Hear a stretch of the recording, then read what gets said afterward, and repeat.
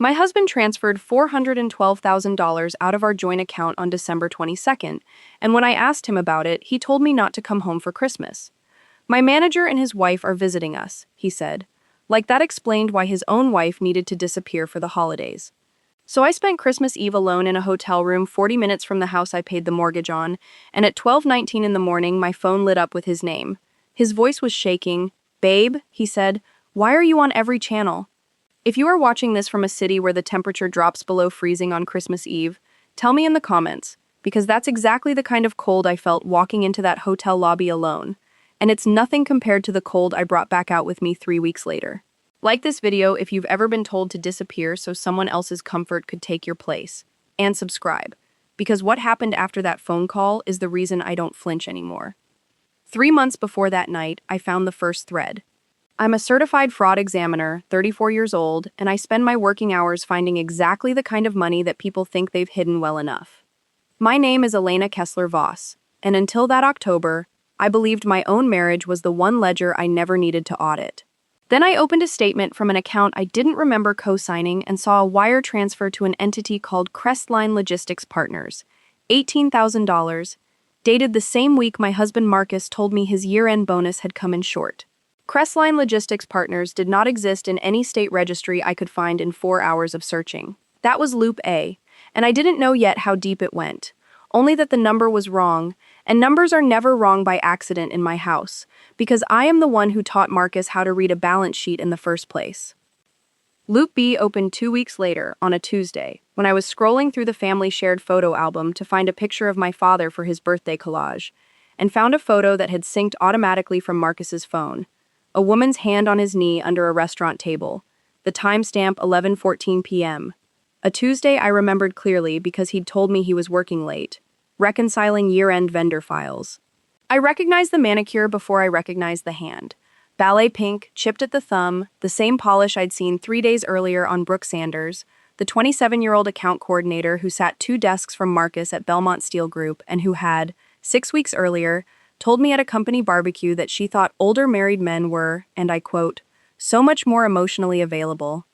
I hadn't understood the comment then. I understood it in that photograph. And Loop C started forming the same night, though I didn't call it a plan yet, just a decision. I was not going to confront Marcus with a raised voice and a packed suitcase, the way his mother would expect a hysterical woman to behave. I was going to do what I do for a living. I was going to build a file.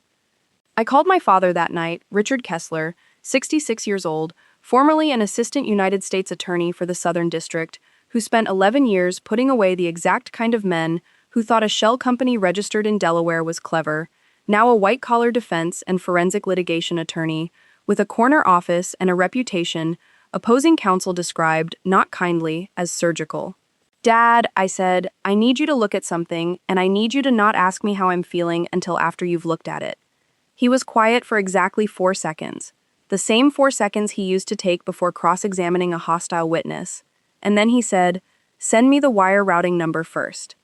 Feelings can wait, numbers can't. To understand how far I fell before I climbed back out, you need to understand the marriage as it looked from the outside, because the outside was the entire point of it for the Voss family. Marcus and I met 9 years ago at a charity gala for the Lakeshore Children's Hospital, where I was there representing my father's firm and Marcus was there representing Belmont Steel Group as the youngest regional account manager they'd ever promoted. He was 30 then, tall, with the kind of practiced charm that made waitstaff remember his name, and made his mother, Diane Voss, glow every time someone complimented her son within earshot. Diane, 61 years old, had built her entire identity around the Voss name being spoken with a certain reverence in Ashford Hills, the kind of town where the country club waiting list mattered more than the number in anyone's actual checking account. She wore 3-carat diamond studs to Tuesday lunch, and drove a leased Range Rover she referred to, unprompted, as ours, meaning hers and her late husband's, though her late husband had left considerably less than the town believed,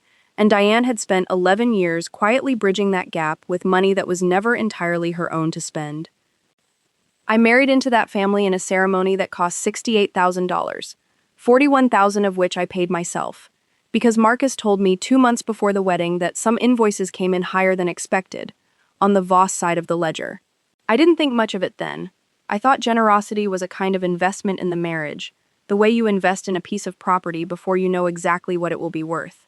What I didn't know and wouldn't know for 6 more years was that Marcus's income never actually supported the life we were living, that our house in Ashford Hills, 4 bedrooms, a stone facade, an in-ground pool that cost $83,000 to install the summer we turned 31, was financed on paper by a combination of my own salary as a senior forensic accountant at Ashcroft and Vale, and a second mortgage Marcus took out without listing my name as required by law, forging a signature that 30 seconds of careful comparison against my actual notarized signature would have exposed as fraudulent to anyone who was looking. Nobody was looking. Nobody looks at the numbers in a marriage that appears to be working, and ours appeared, from the outside, to be working exceptionally well.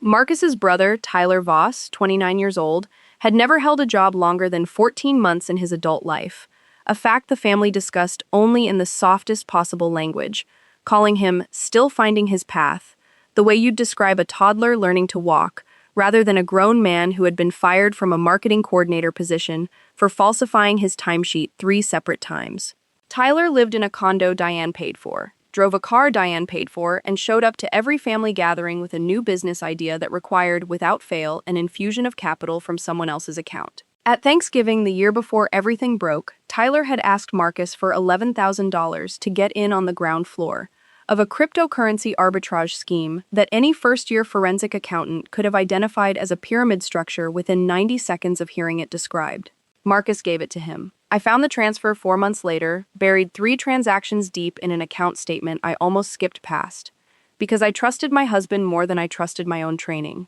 which in hindsight was the single most expensive mistake of my professional life.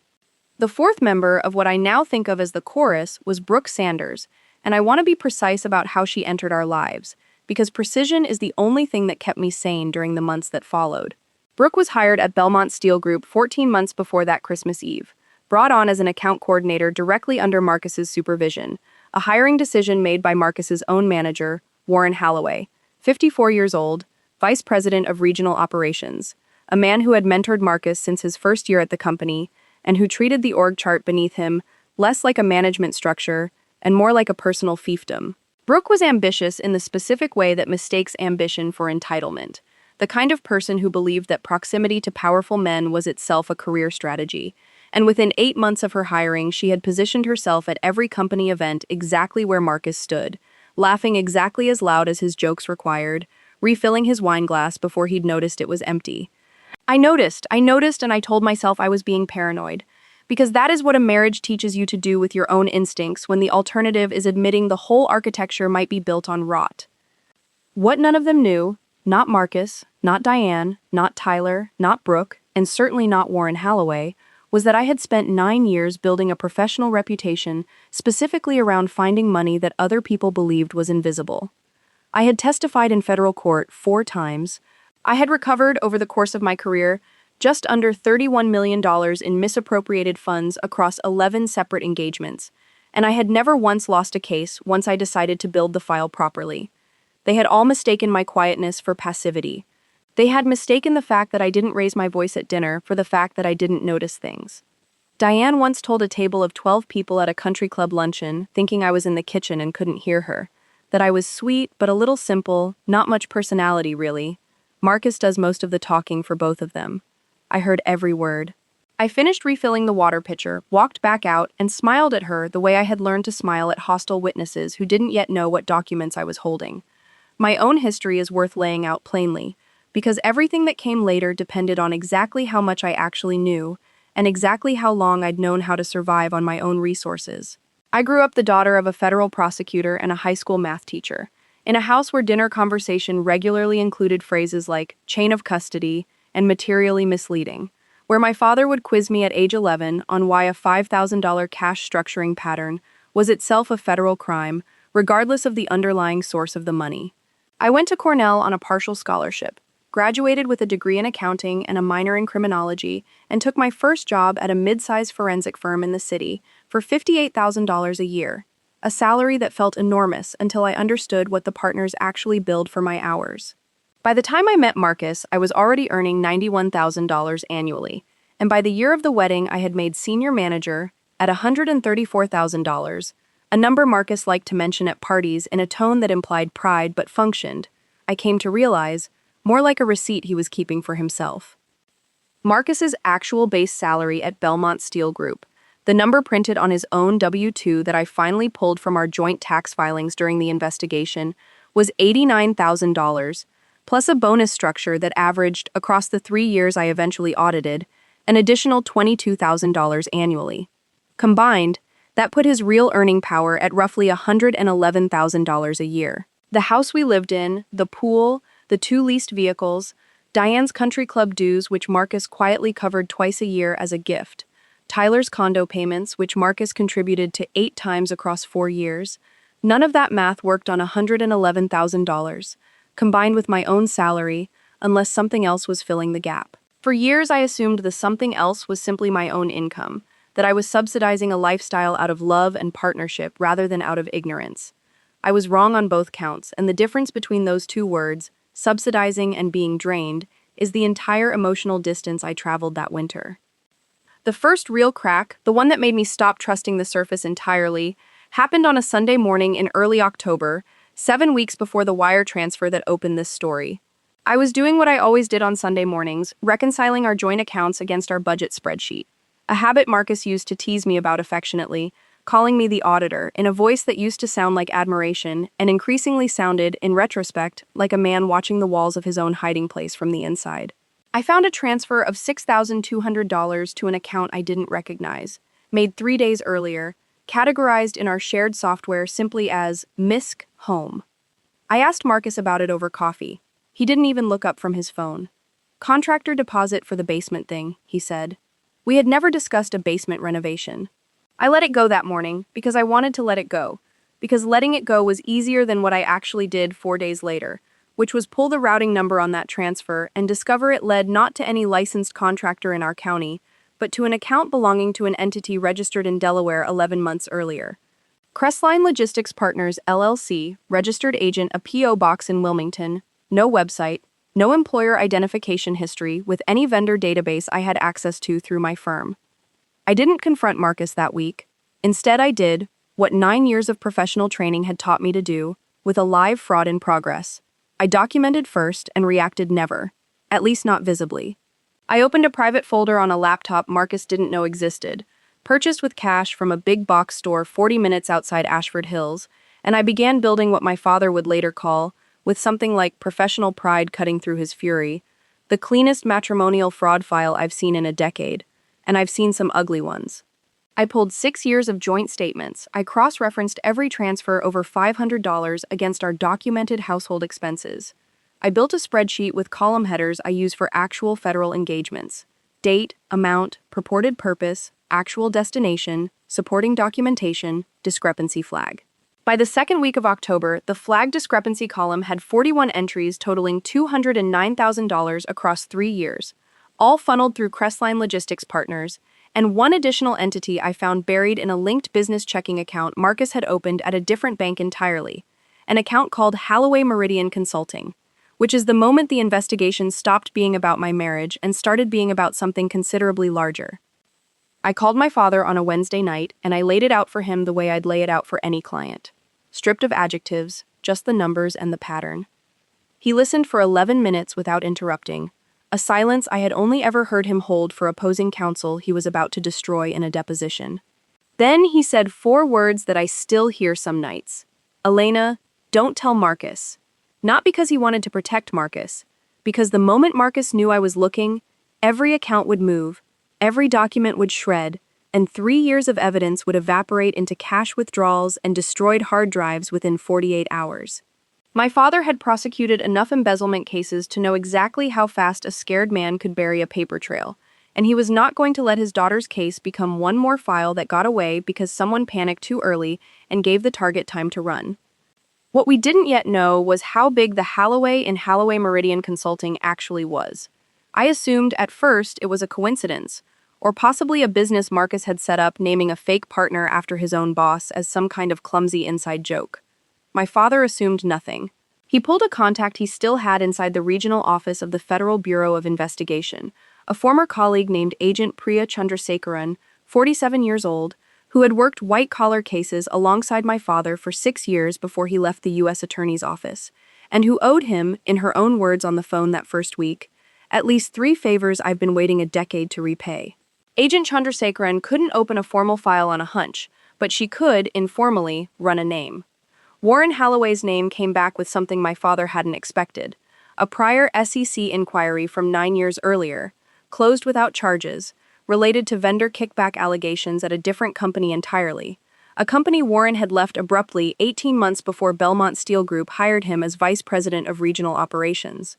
Nobody at Belmont Steel Group had apparently checked that history closely enough, or perhaps somebody had and simply hadn't cared.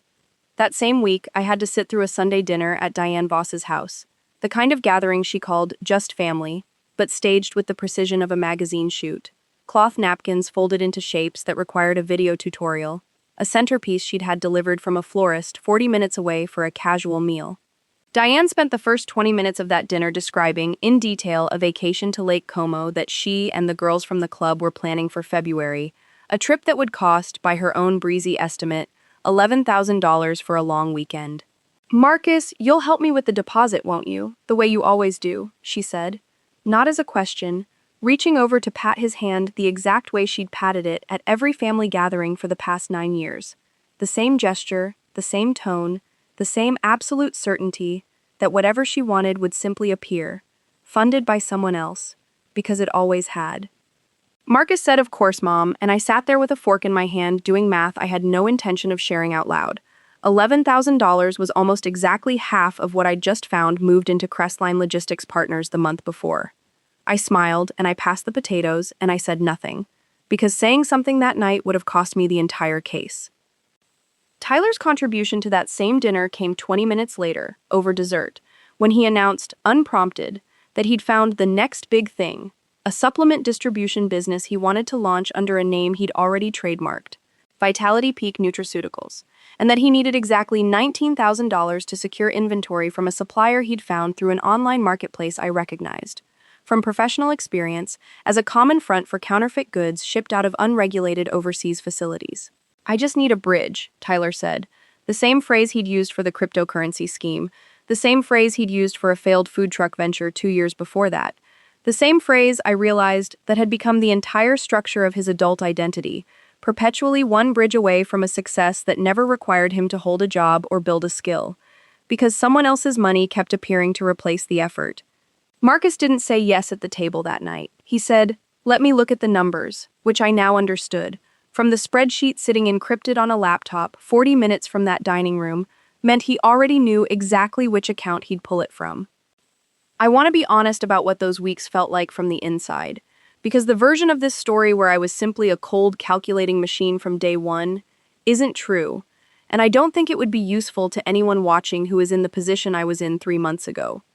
I cried exactly twice during the investigation phase, both times alone in my car in a grocery store parking lot, both times for less than 4 minutes, because I had trained myself, the way you train a muscle, to compartmentalize grief into containers small enough that they wouldn't leak into the 12-hour days I was now spending doing double duty. My actual job at Ashcroft and Vale during business hours, and the quiet dismantling of my own marriage's architecture every night after Marcus fell asleep, which he did easily and without guilt, a fact I noted clinically even as it broke something in me every single night. The second thread on Loop B tightened in the first week of November, when I found a hotel confirmation email, forwarded automatically to an old shared travel rewards account neither of us had used in 2 years, for a 2-night stay at the Ashbury Grand downtown, booked under Marcus's name, dated a weekend he'd told me he was at a regional sales retreat in a different city entirely. I called the hotel, identifying myself, truthfully, as his wife handling a billing dispute on our shared card. The front desk clerk confirmed the reservation was for 2 guests, checked in together at 4:15 p.m. I asked, as casually as I could manage, whether the second guest's name was on file. She read it back to me without hesitation, because she had no reason to suspect the question was anything but routine. Brooke Sanders. I sat in my car outside my own office building for 6 minutes after that call, and then I went back inside and finished a client deliverable due at 5 o'clock. Because that is what discipline actually looks like when nobody is watching. Not the absence of pain, just the refusal to let the pain set the schedule. By the second week of November, the file my father and I were building had a name. In my own head, if nowhere official yet, the Crestline Ledger. 41 flagged transactions had become 63. $209,000 had become $331,000. And the pattern, once I mapped it properly against Marcus's Belmont Steel Group expense reports, which I obtained legally through the joint tax records he'd left in an unlocked file cabinet in our shared home office, a mistake he would not have made if he'd known what I already suspected, showed something my father called a textbook vendor kickback scheme, run by someone who thinks nobody with your specific training would ever be looking at their own husband's employer.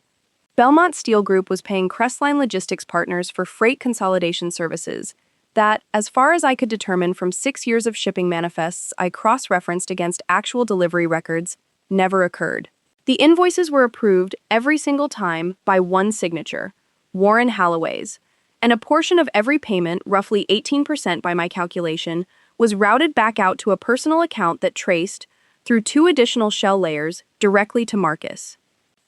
I met Brooke Sanders face-to-face exactly once during that period, at the Belmont Steel Group Thanksgiving potluck, an event Marcus insisted I attend because it looks strange if you skip it 2 years running. Brooke wore a green wrap dress and approached me by the drinks table with the specific brightness of a woman who has decided that friendliness is the safest form of camouflage. "Elena, I feel like I never get to actually talk to you," she said, touching my arm the way people touch the arm of someone they've decided is harmless. "Marcus talks about you all the time, says you're basically a genius with numbers." I smiled and said thank you, and I asked her, in the same light tone, how the Crestline account reconciliation was coming along. A project name I had invented on the spot, one that did not exist in any documentation Belmont Steel Group had ever produced. Brooke's face did something small and involuntary, a flicker of recognition before she caught herself. Before she said, "Oh, I mostly just handle the coordinator side of things. You'd have to ask Marcus about the accounting stuff." She knew the name, I watched her know it, and I filed that flicker away in the same folder as everything else, because a flicker is not evidence, but it is a map, and maps tell you where to dig next. Diane's second appearance in this story came at a Voss family Christmas shopping outing in early December, an event she'd organized with the specific intention, she announced over brunch beforehand, of making sure everyone gets something appropriately generous this year. We've had a good year. Diane spent $420 on a single scarf for herself that afternoon, paid for on a card Marcus had added her to 18 months earlier for emergencies. A fact I only knew because I had, by then, obtained a full transaction history on every card linked to our joint accounts. Through the online banking portal Marcus had never bothered to change the password on since our wedding day. A small oversight on his part that I have never once regretted exploiting. Diane held up the scarf to the light in the store, admired her own reflection in a nearby mirror, and said, to no one and everyone, "Well, we deserve nice things, don't we, after everything this family has built."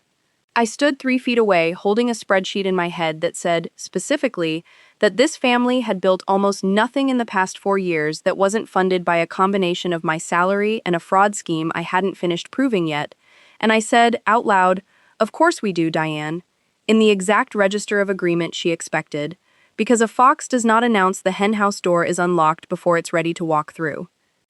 Tyler's second scene arrived 4 days later, over a phone call I overheard by accident, while folding laundry in the room next to Marcus's home office. The door left open the careless way men leave doors open when they've never once considered that the person on the other side of a marriage might be paying closer attention than a spouse is supposed to.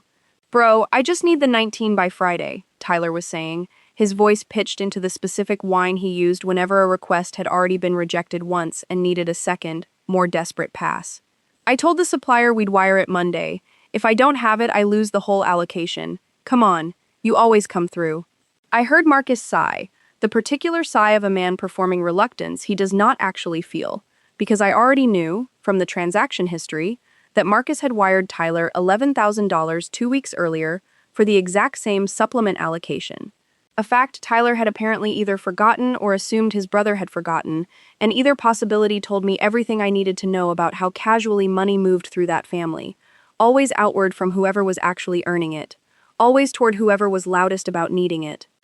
By mid-December, the Crestline ledger had grown to $407,000 in flagged and confirmed misappropriated transfers, spanning 3 years and 8 months. And my father had quietly retained a forensic technology specialist, a former colleague named Desmond Okafor, to run a deeper trace on Halloway Meridian Consulting, the second entity I'd found linked to Marcus's private account. What Desmond found and reported to my father and me on a conference call on December 14th, a Sunday, 8 days before that final wire transfer, was that Holloway Meridian Consulting wasn't just receiving kickback money from the Crestline scheme. It was the actual operational hub for a second, larger fraud that predated Marcus's involvement entirely. One Warren Holloway had apparently built at his previous employer 9 years earlier and simply relocated, refined, and expanded once he landed at Belmont Steel Group, using younger, ambitious account managers like Marcus as the operational front, while Warren kept his own name off every actual invoice. The total exposure across both schemes, Desmond estimated conservatively, exceeded $2.1 million over 9 years. My father put down his pen when Desmond said that number, and I watched, over video call, a look cross his face that I had only ever seen once before, the night he told me he was leaving the U.S. Attorney's office because he'd finally found a case he wasn't allowed to finish the way it deserved to be finished. This time, he said quietly, almost to himself, "Nobody's telling me to stop." Agent Chandrasekaran opened a formal file that same week, December 16th. Once my father presented her with the Crestline ledger, Desmond's forensic trace on Holloway Meridian Consulting, 6 years of cross-referenced shipping manifests, and, most importantly, the forged signature on our second mortgage, which turned out to be the single piece of evidence that moved fastest through the system. Because forging a spouse's signature on a federally registered mortgage document is not a gray area, it is a specific, well-documented federal crime, and Agent Chandrasekaran's supervisor, once he saw the $2.1 million total exposure across both linked schemes, authorized a joint task force within 72 hours, pulling in agents who specialized in financial crimes from 2 additional regional offices. "This is bigger than your husband," Agent Chandrasekaran told me directly, on a call I took from my office with the door locked, on December 18th. "Your husband is a mid-level participant. Warren Holloway built the architecture, and there may be a third participant we haven't identified yet at the executive level. Someone approving budgets that should have flagged that Crestline account years ago. We want to move on the whole network at once, not just Marcus, because if we move on Marcus alone, everyone above him has 48 hours to disappear their share." I asked her when. She said she needed 12 more days. I told her I could give her 12 days because I had already decided, without saying it out loud to anyone yet, exactly where I wanted those 12 days to end. That decision crystallized 4 days later, on December 22nd, the day Marcus came home from work and told me, standing in our kitchen with his coat still on, that I needed to make myself scarce for Christmas, because Warren Holloway and his wife Linda were coming to the house for a small holiday dinner on the 24th. An important networking thing. You know how it is. I don't want you feeling like you have to perform hostess duties when you've got so much on your plate at work already. It was, I recognized instantly, the single most transparent excuse he had offered me in 3 years of quiet fraud, because I already knew, from Desmond's trace, that Warren Holloway had personally overseen 91% of every fraudulent Crestline invoice, and I understood, standing in that kitchen holding a grocery bag of ingredients for a dinner I would apparently not be attending in my own home, that this was not a networking dinner. This was a strategy session, 3 men trying to decide how to insulate themselves before year-end audits, and my exclusion from it was not incidental. It was load-bearing to their plan. That same afternoon, I found the wire transfer that opens this story. $412,000, moved out of a joint investment account I had contributed to for 6 years, an account Marcus had access to solely because I had, in a gesture of trust I now regard as the most expensive mistake of my adult life, added his name to it during our 3rd year of marriage for simplicity. $412,000, transferred in a single transaction to an account at a bank I didn't recognize, on December 22nd, the same day he told me not to come home for Christmas. I called Agent Chandrasekaran within 11 minutes of finding that transfer. She told me calmly that the timing actually helped rather than hurt the case, because a transfer of that size, that recently, that clearly tied to consciousness of an approaching deadline, read to a federal prosecutor as exactly what it was: a man trying to move as much liquid capital as possible before the walls came down, evidence of intent that would be nearly impossible for any defense attorney to argue away as an innocent oversight. "He just handed us the smoking gun," she said. "Go stay somewhere safe tonight. We'll be in touch." I checked into the Ashford Grand Hotel that evening, room 411, with a single overnight bag and a laptop containing 3 months of the most meticulous documentation I have ever produced in a career built on meticulous documentation.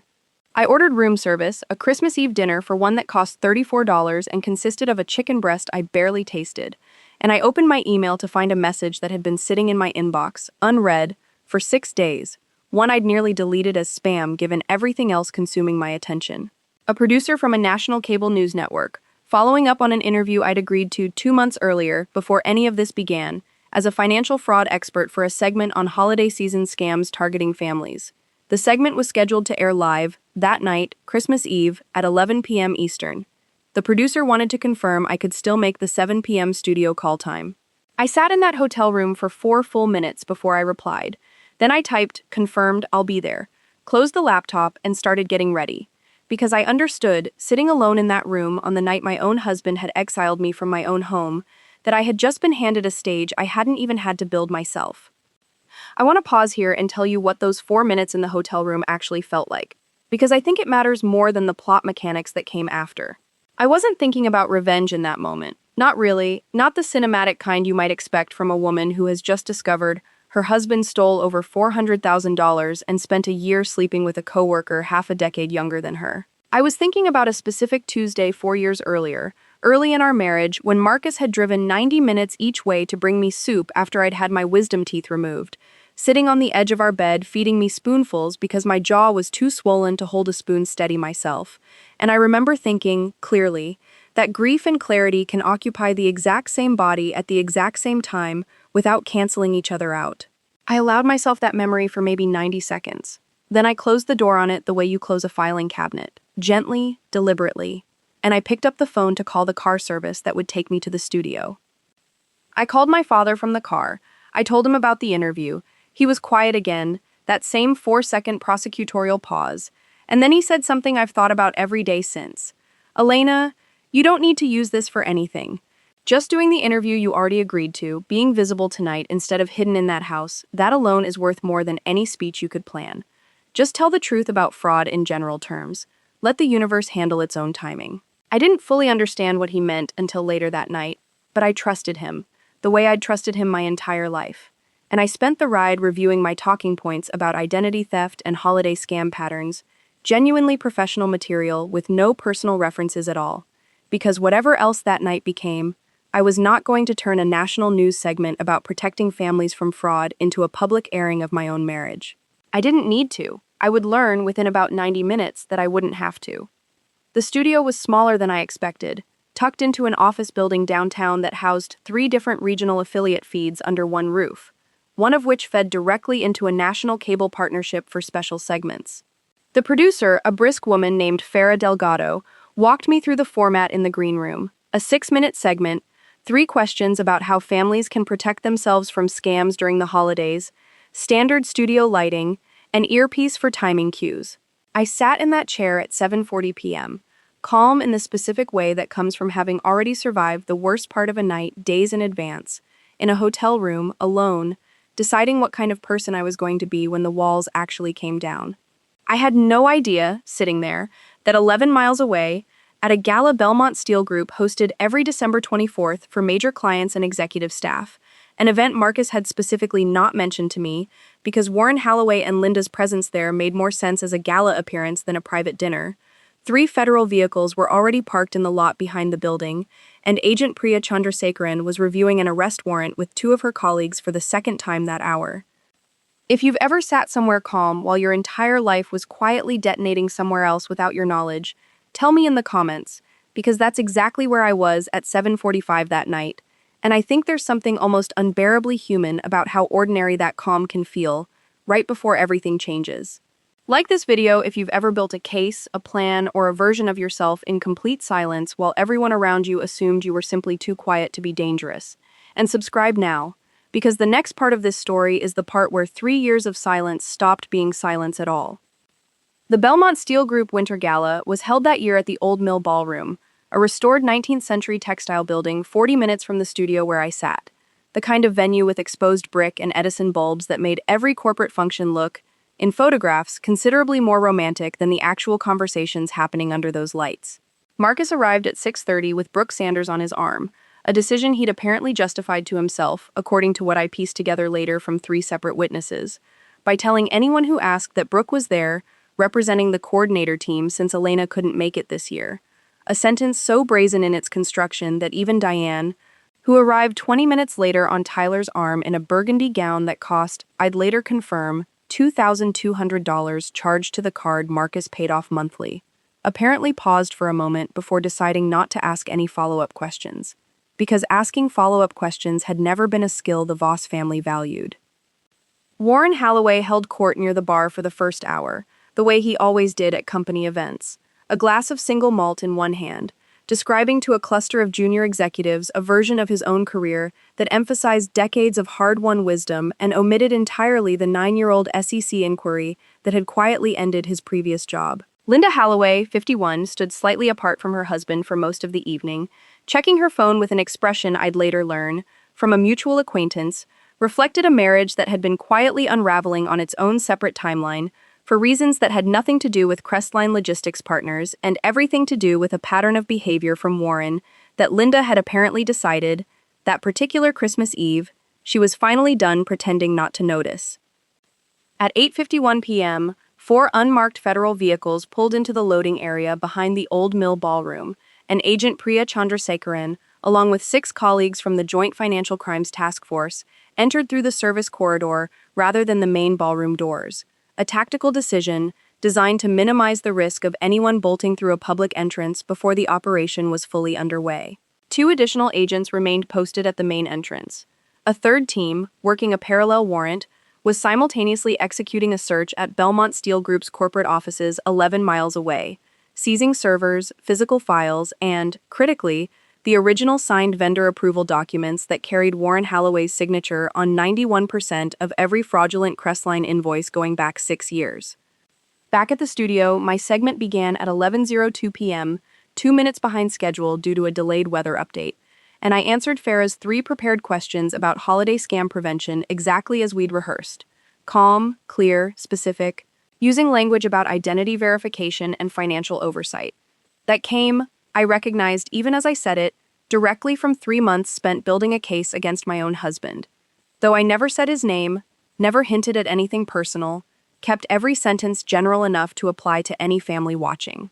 I was midway through my answer to the third question, about protecting joint financial accounts during the holidays, when I noticed, through the studio's glass partition, the control room producers suddenly leaning toward a monitor, one of them lifting a hand toward her earpiece with the specific urgency of someone receiving a breaking news alert mid-broadcast. Farah Delgado, to her credit, handled the pivot with the smoothness of someone who had done this exact maneuver 100 times before. Elena, before we let you go, we're actually getting word of some breaking news that may be relevant to exactly what you've been discussing tonight, she said, glancing briefly at a tablet a producer had slid onto the desk between them. We're told federal agents have just executed a major raid at a corporate event in the city tonight, related to an alleged multi-million-dollar embezzlement and vendor fraud scheme. Do you have any initial reaction to that as a fraud examiner? I looked at the tablet screen, angled just enough toward me that I could read the crawling text before the camera caught my expression. Belmont Steel Group. I felt my own pulse do something I hadn't planned for, a controlled detonation somewhere behind my sternum, and I said, in a voice I am genuinely proud of for staying level, corporate embezzlement schemes like the one you're describing usually take years to fully unravel, and they usually involve exactly the kind of vendor kickback pattern I mentioned earlier tonight, invoices for services that were never actually rendered. I did not say my husband's name. I did not say Warren Holloway's name. I did not need to, because within 4 minutes, 3 additional local affiliate feeds had picked up the same breaking alert with photographs from outside the Old Mill Ballroom, and one enterprising junior reporter, running facial recognition against a publicly available LinkedIn photo database within the hour, had already begun connecting the account manager escorted out in handcuffs to the woman who had, minutes earlier, appeared live on national cable discussing exactly the kind of fraud he stood accused of committing, married to him for 6 years. Inside the Old Mill Ballroom, the scene unfolded exactly the way Agent Chandrasekaran had described it to me 2 days earlier when she walked me through the operational plan in broad strokes, careful not to give me details that might make me a witness to the tactics themselves. Agents moved through the service corridor at 8:54 p.m. and approached Warren Holloway directly at the bar, identifying themselves quietly, asking him to step aside rather than announcing anything to the room at large. a professional courtesy that lasted exactly as long as it took Warren to raise his voice, in outraged denial, loud enough that the string quartet in the corner actually stopped playing mid-phrase. "This is absurd. Do you have any idea who I am?" Warren said, a sentence that would later be quoted, with some relish, in 4 separate news write-ups of the arrest, because it is precisely the sentence every white-collar defendant says right before being proven to be exactly who the evidence says they are. Marcus was approached 90 seconds later, agents moving with the same quiet efficiency, though Marcus, unlike his boss, did not raise his voice. Witnesses described him going pale, then very still, the specific stillness of a man doing math in his head about exactly how much evidence existed, and realizing, in real time, that the answer was more than he'd ever allowed himself to calculate honestly. Brooke Sanders, standing beside him at that exact moment, took 2 visible steps backward, putting distance between herself and Marcus in front of roughly 140 witnesses, a gesture instinctive enough that 3 separate phones caught it on video within the first 30 seconds, footage that would end up circulating with a caption reading, simply, "her whole face," a phrase that would trend, locally, for the better part of the following week. Diane Voss's reaction, captured by a guest standing near the dessert table who happened to be filming the string quartet at the exact moment everything unraveled, has been described to me by 4 separate people who watched the footage, and I have chosen, deliberately, not to watch it myself, because I understand that some moments belong to the people who lived them and don't require my additional witnessing to be real. What I do know, because Agent Chandrasekaran told me directly during a debrief 3 days later, is that when agents asked Diane whether she had any knowledge of the Crestline account or the source of certain transfers she'd received over the preceding 2 years, transfers that totaled, across the full period Desmond had traced, just over $61,000 in country club dues, vacation deposits, and a leased vehicle payment, Diane's first response was not denial. It was, according to the agent present, "Well, I assumed that money came from somewhere appropriate. Marcus has always taken care of the family." A sentence that would later become, in the eventual civil proceedings, a small but significant piece of evidence that she had, at minimum, willfully avoided asking the one question that might have implicated her in knowingly benefiting from fraud.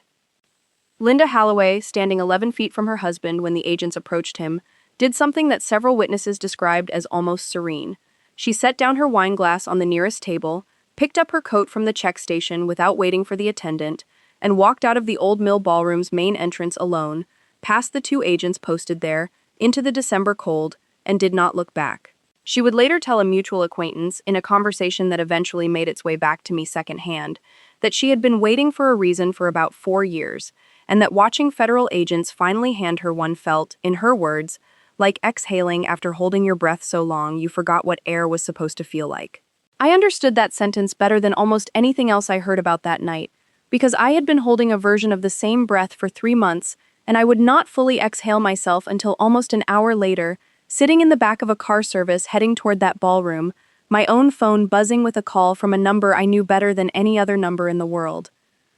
My phone rang at 12:19 a.m., 77 minutes after my segment ended, while I was already in a car heading, at my own request, toward the Old Mill Ballroom. Not because anyone asked me to come, but because I wanted, after 3 months of documentation and silence, to see the ending in person rather than read about it secondhand. Marcus's name appeared on the screen, and I let it ring twice before I answered, not out of cruelty, but because I needed those 2 rings to decide what voice I wanted to use. I chose the same voice I use in a deposition when opposing counsel finally realizes the documents I've produced are airtight. Calm, unhurried, entirely without malice, because malice would have given him something to push against, and I had no intention of giving Marcus anything at all anymore. "Hello, Marcus," I said. His voice, when it came, was smaller than I had ever heard it in 9 years of marriage. "Babe," he said, "why are you on every channel?" I looked out the car window at the lights of the city passing by, street lamps wrapped in the same tired tinsel every December, and I said, "Because I finally stopped hiding on the one night you decided I should disappear." Then I hung up, and I did not answer when he called back 4 more times over the next 11 minutes, because there was nothing left in that conversation that the FBI file, the ballroom full of witnesses, and the state of his own accounts hadn't already said far more precisely than I ever could. I arrived at the Old Mill Ballroom at 12:41 a.m., and the scene by then had thinned considerably. Most of the gala's 140 guests dispersed into the December night, clustered in small shocked groups on the sidewalk outside, A handful of local news vans already parked across the street with reporters doing stand-up segments in front of the building's illuminated facade. I walked through the front doors past a security guard who recognized my name from a guest list update and waved me through without question. Inside, the string quartet's instruments sat abandoned on their stands, half-eaten desserts still on tables, the specific eerie stillness of a party interrupted mid-breath. Marcus stood near the bar where the agents had first approached him, no longer in handcuffs, having already been processed and released on the scene pending formal booking given the complexity of a financial crimes case. His tie loosened, his face the color of the tablecloths. He saw me before I saw him, and he took 2 steps toward me, the way you'd approach something you weren't sure was safe to touch. "Elena," he said, "I can explain everything if you'll just let me." I held up one hand, not aggressively, just enough to stop the sentence before it gathered momentum, because I had heard every version of that sentence already, rehearsed a dozen ways in my own imagination over 3 months of documentation, and none of the actual versions were going to be more interesting than the ones I'd already anticipated. "You don't need to explain it to me," I said. "I've had the full ledger for 11 weeks. I know about Crestline. I know about Holloway Meridian. I know about the $412,000 you moved 2 days ago, and I know about the hotel room at the Ashbury Grand in November, and I know Brooke's manicure appointment was the same day as your sales retreat 3 months before that." Marcus's mouth opened and nothing came out, because there is genuinely nothing a person can say when the woman they assumed was too trusting to check has just recited their entire secret architecture back to them with dates attached. Brooke Sanders had retreated to a corner near the coat check, standing alone, her phone in her hand, apparently already fielding messages from coworkers who had seen the footage of her stepping backward from Marcus circulating online. She looked at me once, briefly, when I walked past her, and I saw something in her face that wasn't quite guilt, more like the specific calculation of a person recalculating an entire career strategy in real time, realizing that proximity to a powerful man had just become, very publicly, a liability rather than an asset. I didn't say anything to her. There was nothing productive to say to a 27-year-old who had made her choices and would now spend considerably longer than one evening living inside the consequences of them, and my energy that night belonged to closing a case, not settling a score with someone who had already, effectively, settled it against herself on camera. Diane approached me near the exit, her burgundy gown slightly askew, mascara tracked faintly down one cheek in a way she would have found mortifying under any circumstances that didn't involve federal agents. "Elena, sweetheart, surely you don't think I had anything to do with," she started. And I looked at her, really looked at her, the way I'd looked at 100 witnesses across a deposition table who wanted to be believed more than they wanted to be honest.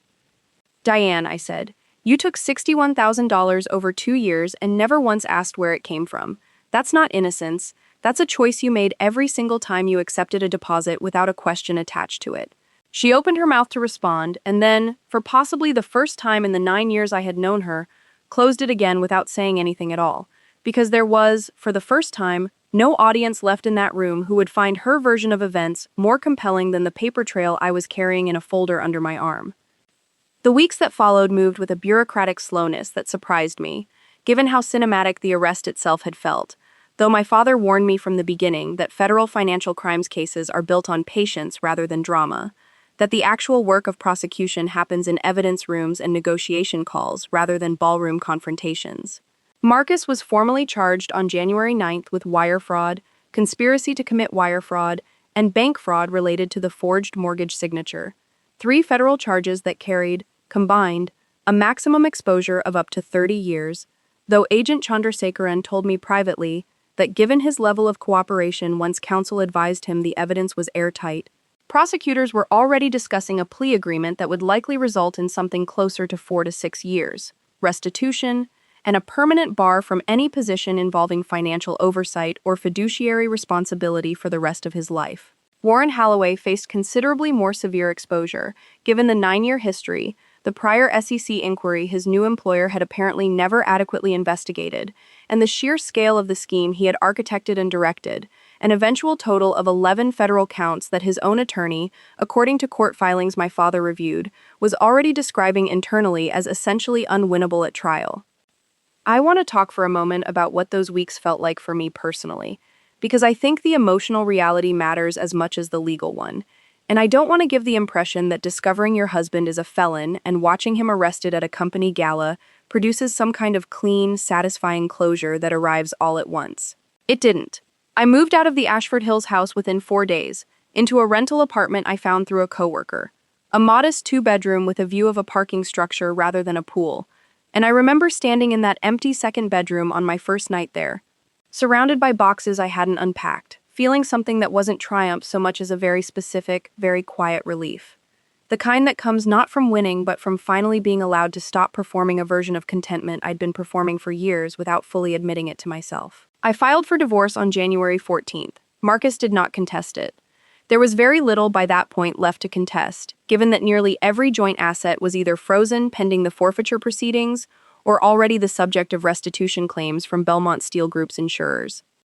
My father handled the civil side of the case personally, something he insisted on despite the obvious conflict of interest concerns, arguing successfully to the relevant ethics board that his personal knowledge of the underlying forensic work made him uniquely positioned to protect my interests, provided he formally recused himself from any criminal proceedings, which he did immediately and without hesitation. He negotiated, over the course of 4 months, a restitution and asset division agreement that returned to me, ultimately, $389,000 of the $412,000 wire transfer, the remainder having already been moved into accounts the government was pursuing separately as part of the broader forfeiture case against both Marcus and Warren. It was not, my father reminded me more than once, a fairy tale ending where every dollar returns exactly as it left. It was something more useful than a fairy tale, a legally enforceable, professionally executed correction, the exact kind of outcome I had spent 9 years helping other people achieve for their own stolen money, finally applied to my own life with the same rigor I would have brought to any client's case.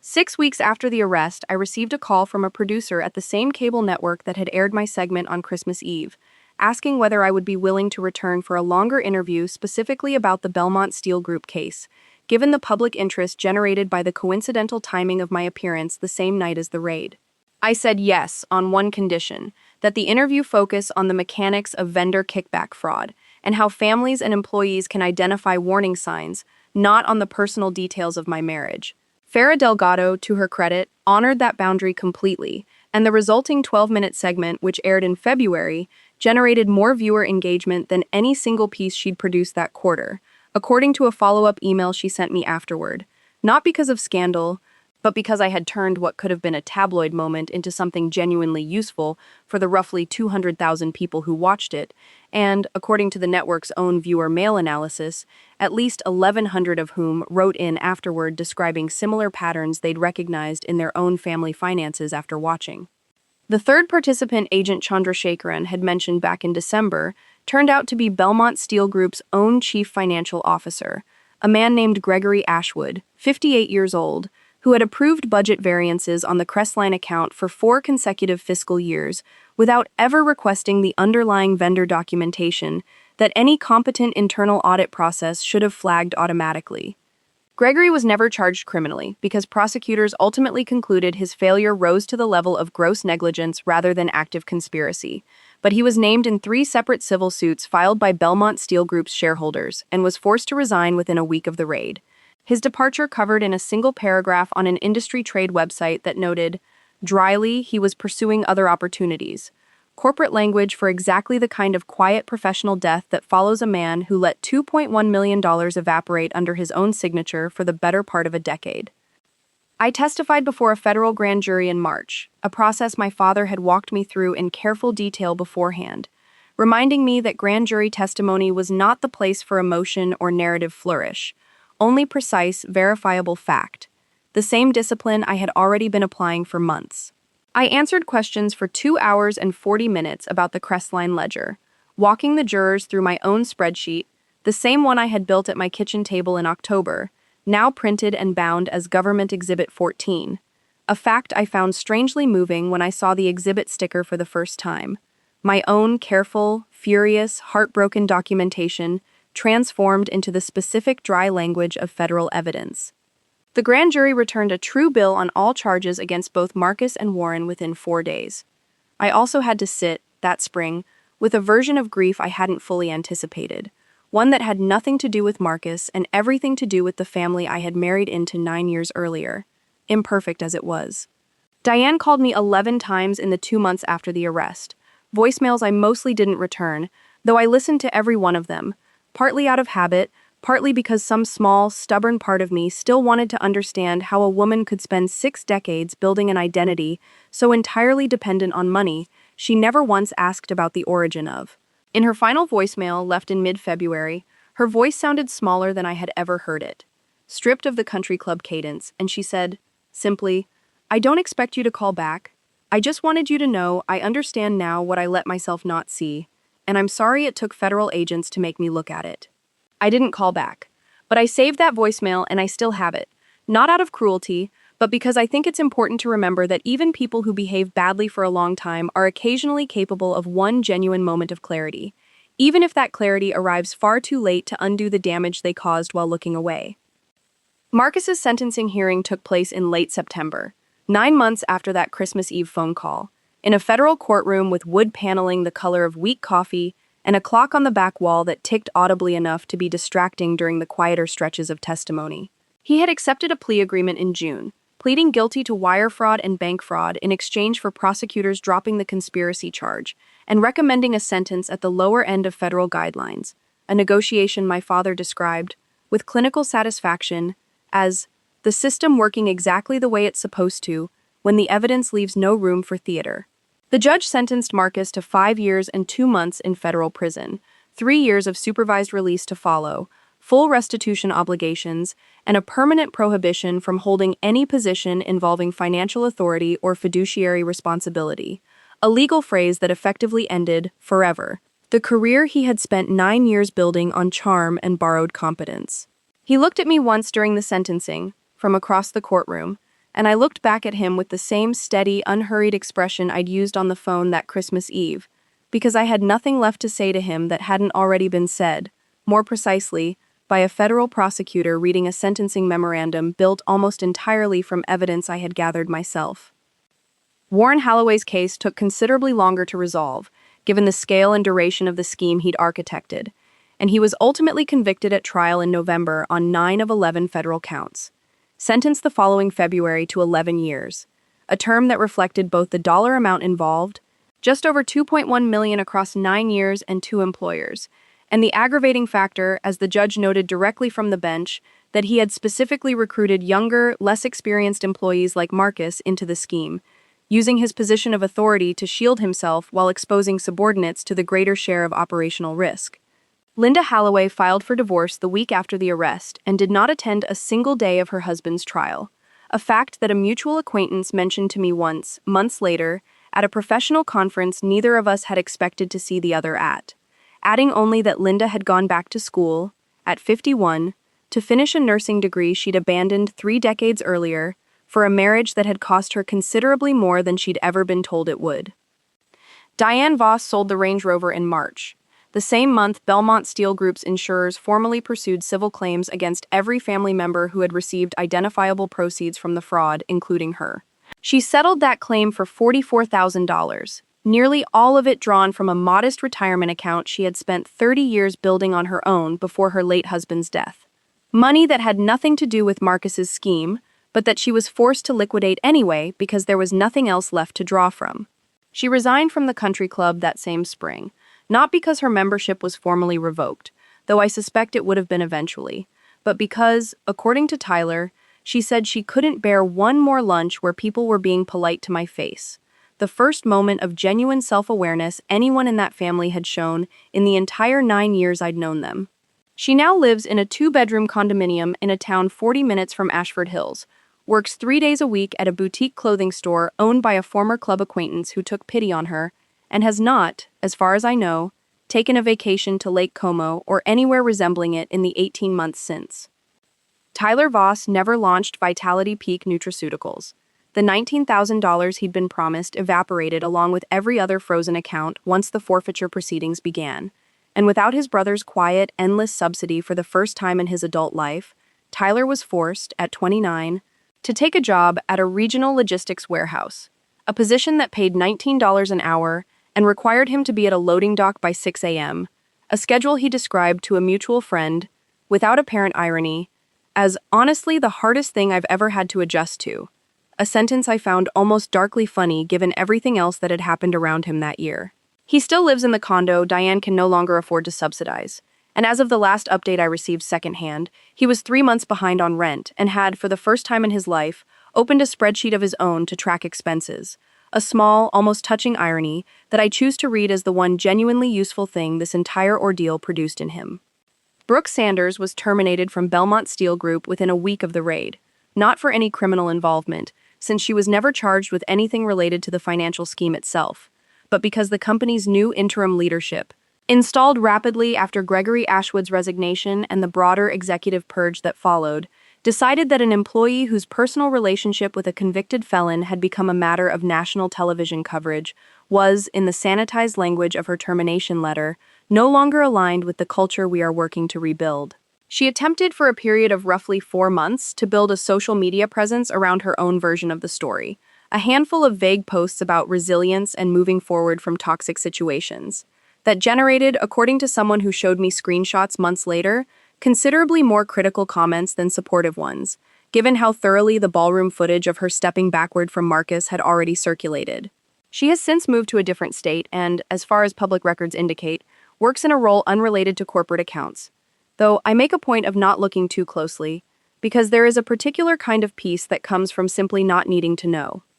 As for me, I was promoted to partner at Ashcroft & Vale in June, 11 months after that Christmas Eve, an appointment my managing partner told me privately had been under serious internal discussion for over a year, but had been accelerated, in his words, because your handling of an extraordinarily difficult personal situation with total professional discretion is exactly the judgment we want representing this firm at the partner level. I didn't tell him, though I suspect he already knew from the news coverage, that the case in question was my own marriage. Some things don't need to be said out loud to be understood by the people paying close enough attention. My billing rate increased by 40% that year. My caseload shifted almost entirely toward matrimonial and closely held business fraud, a specialty I hadn't originally planned to build a reputation around, but one that found me anyway, the way certain kinds of expertise find you once the universe decides you've earned it the hard way. I gave my first keynote address the following spring, at a regional conference for certified fraud examiners, a talk titled, "The Cost of Not Looking, Recognizing Financial Deception in Close Relationships," built entirely around anonymized case studies, my own included, though I never identified it as such from the podium. 340 people attended that session, the largest audience the conference had drawn for any single talk in its 9-year history. And afterward, in the hallway outside the ballroom, I signed my card for a receiving line of 41 professionals who wanted to ask, in careful professional language, some version of the same question. How do you keep doing the technical work when the technical work is also the most painful thing in your own life? I told each of them roughly the same thing my father told me the night I called him about that first wire transfer. Feelings can wait, but only if you trust that you will eventually let yourself feel them fully once the work is done. Because the version of strength that never processes its own grief isn't strength, it's just a more sophisticated kind of avoidance. And I had already lived inside enough avoidance, courtesy of other people, to want any part of that pattern in my own healing.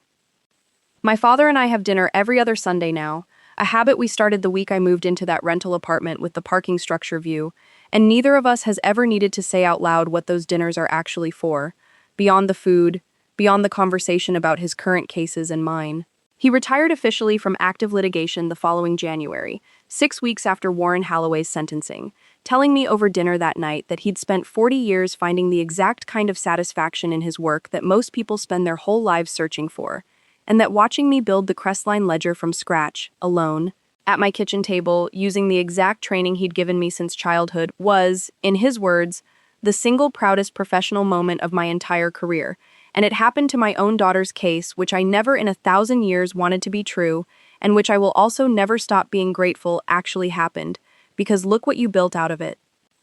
Agent Priya Chandrasekaran and I still speak occasionally, mostly professional courtesy calls when a case of mine intersects with an active federal matter, though she told me once, over coffee 8 months after the arrest, something I've carried with me since, that in 22 years of financial crimes work, she had rarely seen a civilian build a case file as clean, as methodical, and as emotionally disciplined as the one I handed her that December, and that most people, in her experience, either confront the fraud too early out of understandable panic and destroy the evidence trail, or never confront it at all, choosing comfortable ignorance over painful clarity for years, sometimes decades, until the fraud simply outlives the marriage or the relationship it was hidden inside. I asked her, that day, what made the difference for me. She thought about it for a moment and said, training, mostly, but also I think some people just decide, somewhere very early on, that the truth is worth more to them than the comfort of not knowing it. That's not something anyone can teach you. You either have that instinct or the fraud wins by default. I bought a house 11 months after the divorce was finalized, a smaller place than Ashford Hills, 3 bedrooms, no pool, in a quieter town 20 minutes further out, purchased entirely on my own name, my own credit, my own signature notarized by an attorney I trust specifically because he has no relationship whatsoever to anyone in my former in-laws' social circle. I planted a garden that first spring, tomatoes and basil and a stubborn rosebush that took 2 full seasons to bloom properly, and I remember standing in that garden on an ordinary Tuesday evening in June, dirt under my fingernails, feeling something I hadn't let myself feel in years, the specific, quiet satisfaction of building something slowly, with my own hands, that belonged entirely to me and answered to no one else's hidden ledger. I think it's worth going back and explaining, in more technical detail than I've offered so far, exactly how Desmond Okafor traced Halloway Meridian Consulting back through 2 additional shell layers, because the mechanics of that discovery are, in their own way, as important to this story as the emotional arc, and because I've received enough messages from people watching stories like mine to know that the how matters as much as the what happened. Desmond began, as any competent forensic technologist does, not with the money itself, but with the metadata surrounding it. IP addresses used to access the Crestline banking portal, timestamps correlated against known work schedules, and a technique called beneficial ownership tracing, which involves following the layered filings of shell entities back to the actual human names required. Eventually, by federal disclosure law, even when those names are buried 3 or 4 holding companies deep, specifically to discourage exactly this kind of scrutiny. Crestline Logistics Partners LLC was owned, on paper, by a Delaware holding entity called Meridian Bridge Capital, which was owned, in turn, by a second entity registered in Nevada called Ashford Point Ventures, a name I recognized instantly, with a cold drop in my stomach, because Ashford Point was the name of the street Warren Halloway lived on, a detail so careless it almost felt like an insult to the years I'd spent building actual professional-grade shell structures for legitimate client engagements. Watching amateurs make mistakes that any first-year forensic accountant would have caught within an afternoon. Desmond also found, during that same trace, something my father called the single most damning document in the entire file. A notarized loan modification, dated 14 months before I discovered any of this, bearing what was represented as my signature, authorizing a second mortgage of $190,000 against our home, a document I had never seen, never signed, and never been told existed. I compared it letter by letter against 6 samples of my own actual signature from that same period, using the same forensic handwriting comparison methodology I'd used in federal testimony twice before, examining letter formation, pen pressure variance, and the specific rhythm of connected strokes that makes a genuine signature nearly impossible to forge convincingly under close analysis. The forgery was good. It was good enough to fool a notary public who likely spent less than 30 seconds glancing at it before stamping the document. Good enough to fool the mortgage servicer's automated verification system. Good enough, frankly, to fool me for 14 months, because I trusted the man holding the pen more than I trusted my own professional instincts, which is, I have come to believe, the single most common vulnerability in every fraud case I have ever worked, including my own. The fraud rarely defeats your intelligence. It defeats your willingness to apply that intelligence to the person you love. I want to describe one particular night during the investigation that I haven't mentioned yet, because I think it captures something true about what those 3 months actually felt like, beyond the ledgers and the wire transfers. It was a Tuesday in early December, 9 days before the arrest, and Marcus was traveling for what he described as a 2-day sales conference, giving me the house entirely to myself for the first time in weeks. I didn't sleep that night. I sat at our kitchen table, the same table where we'd eaten breakfast together for 6 years, surrounded by 411 printed pages of statements, invoices, and shipping manifests, a highlighter in one hand and a mug of tea that had gone cold twice without my noticing.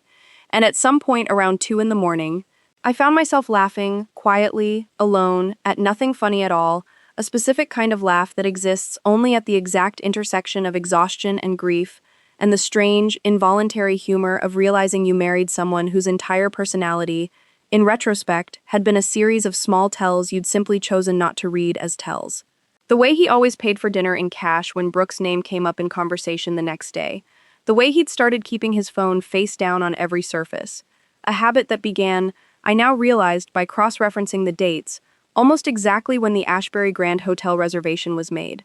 I sat with that laughter for a while, let it turn into something quieter, and then I picked the highlighter back up, because the file wasn't going to build itself. And grief, I had already decided, was not going to be allowed to slow down the one process that could actually change my circumstances rather than simply describe them.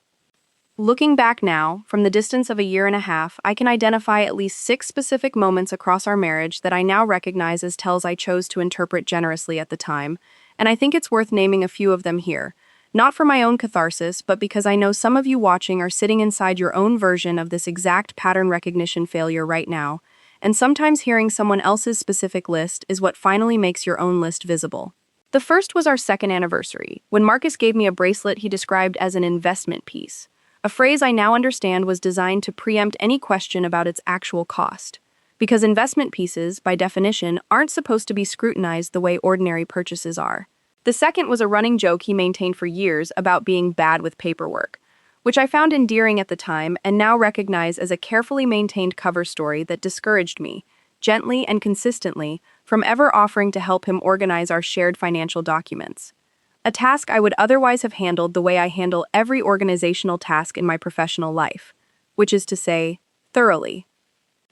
The third tell was subtler, and it took the forensic work itself to surface it properly. A pattern visible only once I mapped 6 years of transaction dates against Marcus's actual work calendar, of unexplained cash withdrawals clustered specifically around days when Warren Holloway was traveling for out-of-town client meetings. A pattern that suggested Marcus's involvement in the scheme deepened specifically during periods when Warren's direct daily oversight was reduced.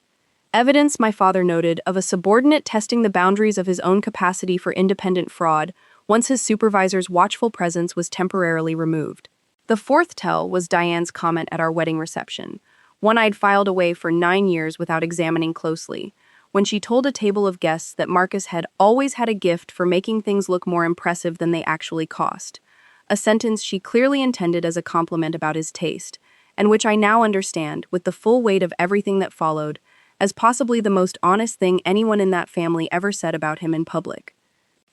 The public reaction to the story, once local news outlets connected my segment to the raid and the story picked up national pickup through wire services in the days following Christmas, was larger and considerably more personal than I expected, given that I had never used my own name in connection with any allegation on air. Within 72 hours, 3 separate national outlets had run some version of the story, under headlines that ranged from the relatively restrained, "Fraud Experts live TV segment coincides with husband's arrest at company gala," to the considerably less restrained, "She warned America about scams on live TV while her own husband was being handcuffed across town." A headline I found simultaneously mortifying and, in a very specific dark way, accurate. My professional email inbox received over 1,100 messages in the first month alone, the overwhelming majority from people describing eerily similar patterns in their own families. Financial deception hidden inside otherwise ordinary-seeming marriages, in-laws who had quietly benefited from money whose source they'd never questioned, siblings who treated every family gathering as an opportunity to solicit another bridge loan that would never be repaid.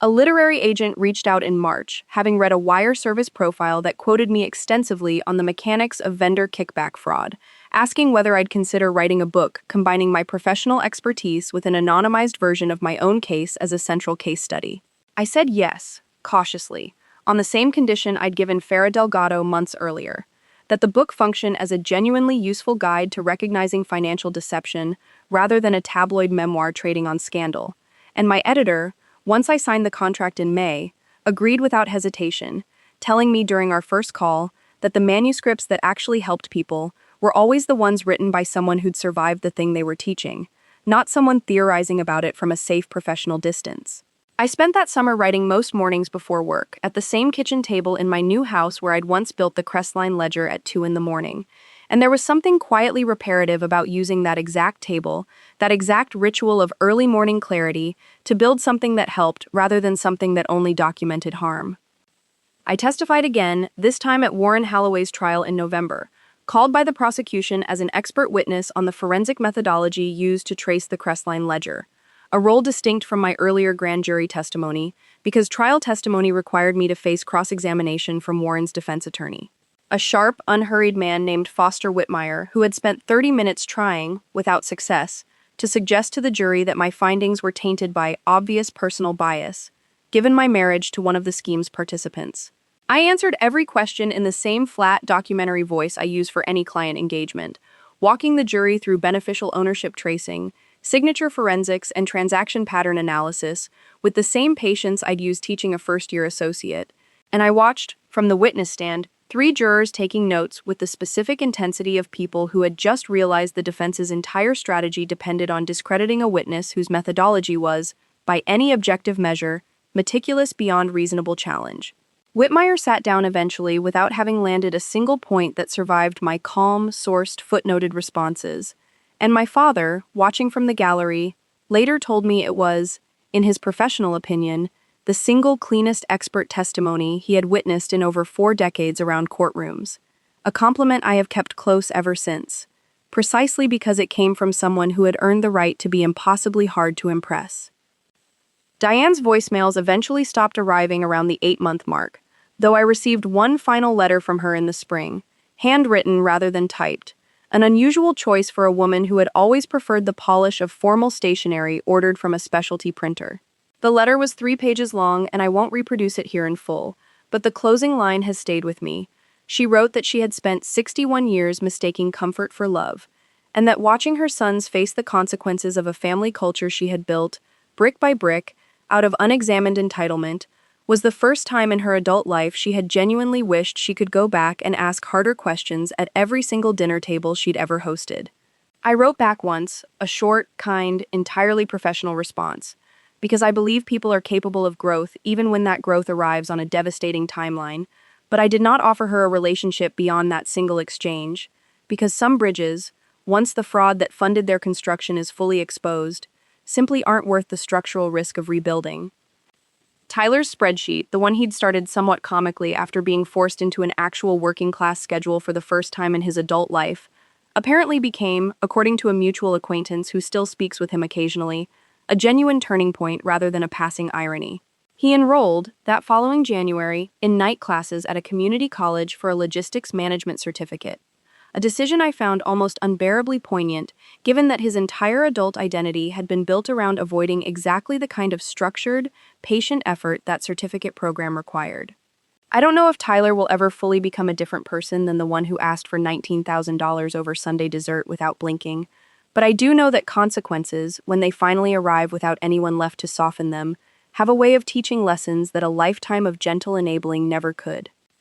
I began mentoring, that second year, a small cohort of junior forensic accountants at my firm, 4 associates in their mid-20s who had each expressed interest in matrimonial and closely held fraud work after my keynote address circulated internally. I taught them the same lesson my father taught me at 11 years old at our own kitchen table, that the number is never wrong by accident, that a discrepancy of $6,200 deserves the exact same rigor as a discrepancy of $600,000, because fraud, in my experience, almost never announces its full scale on the first day you find it. It arrives small, disguised as a contractor deposit, or a bonus that came in short, and it only reveals its true size to the person patient enough and disciplined enough to keep pulling the thread long after the comfortable version of the story would have told them to stop looking. I think back often to our wedding day itself, not out of nostalgia exactly, but because I believe it contained, in miniature, almost every dynamic that would eventually detonate 9 years later. We married at the Ashford Hills Botanical Gardens on a Saturday in June. 210 guests, a string quartet Diane insisted on booking herself as a gift, though the invoice, which I only discovered years later, buried in an old email thread, was quietly forwarded to Marcus and paid from an account that, at the time, I assumed was simply ours. In the vague, trusting way, new spouses assume shared finances mean shared honesty. My own parents paid for the ceremony's floral arrangements and half the catering, a contribution my father made without complaint or comment. Though I remember him pulling me aside in a quiet hallway of the gardens an hour before the ceremony, adjusting my veil with the same careful hands he'd used to help me practice interview questions for my first job at 19, and saying quietly, "You know I'll always look at the numbers for you, whenever you need me to, no matter what year it is." I laughed it off at the time as a father's overprotective joke. I did not yet understand it as a promise I would need to collect on, in full, 7 years later. The honeymoon itself, 10 days in a resort along the Amalfi Coast that Marcus described, at the time, as entirely covered by a work bonus he'd been saving.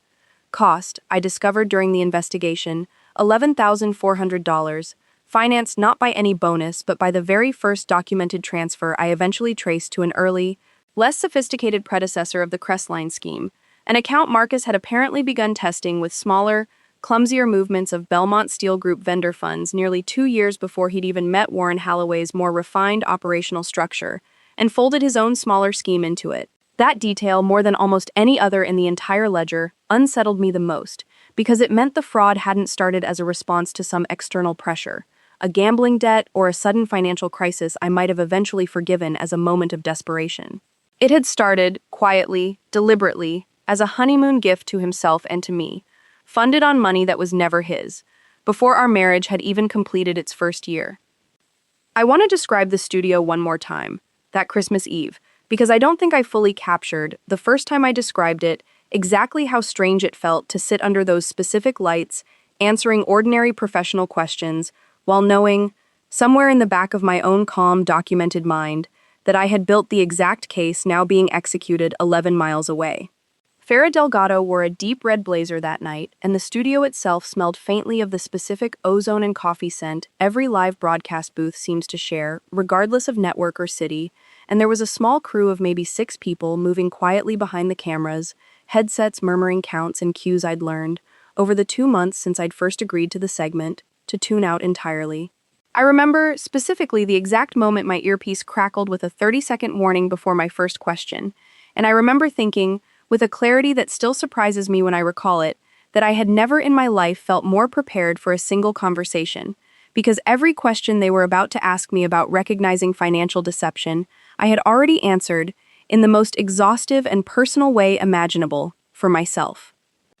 A year and 4 months after that Christmas Eve, I began, cautiously, dating again, an experience I approached with the exact forensic patience I bring to every other part of my life, which is to say slowly, with considerable documentation of my own instincts along the way, checking them against reality rather than simply trusting the version of a person presented to me across a dinner table. I am, as of this recording, seeing someone new, a structural engineer named David Reyes, 36, who I met through a mutual friend at, of all places, a professional conference on financial crimes prevention, where he'd been invited to speak about infrastructure fraud in municipal contracting. On our third date, he asked to see my tax returns before we discussed moving in together, a request I initially found almost comically forward until I realized, sitting across from him in a quiet Italian restaurant, that he had simply absorbed, correctly, the one lesson I now teach everyone in my life without needing to say it out loud: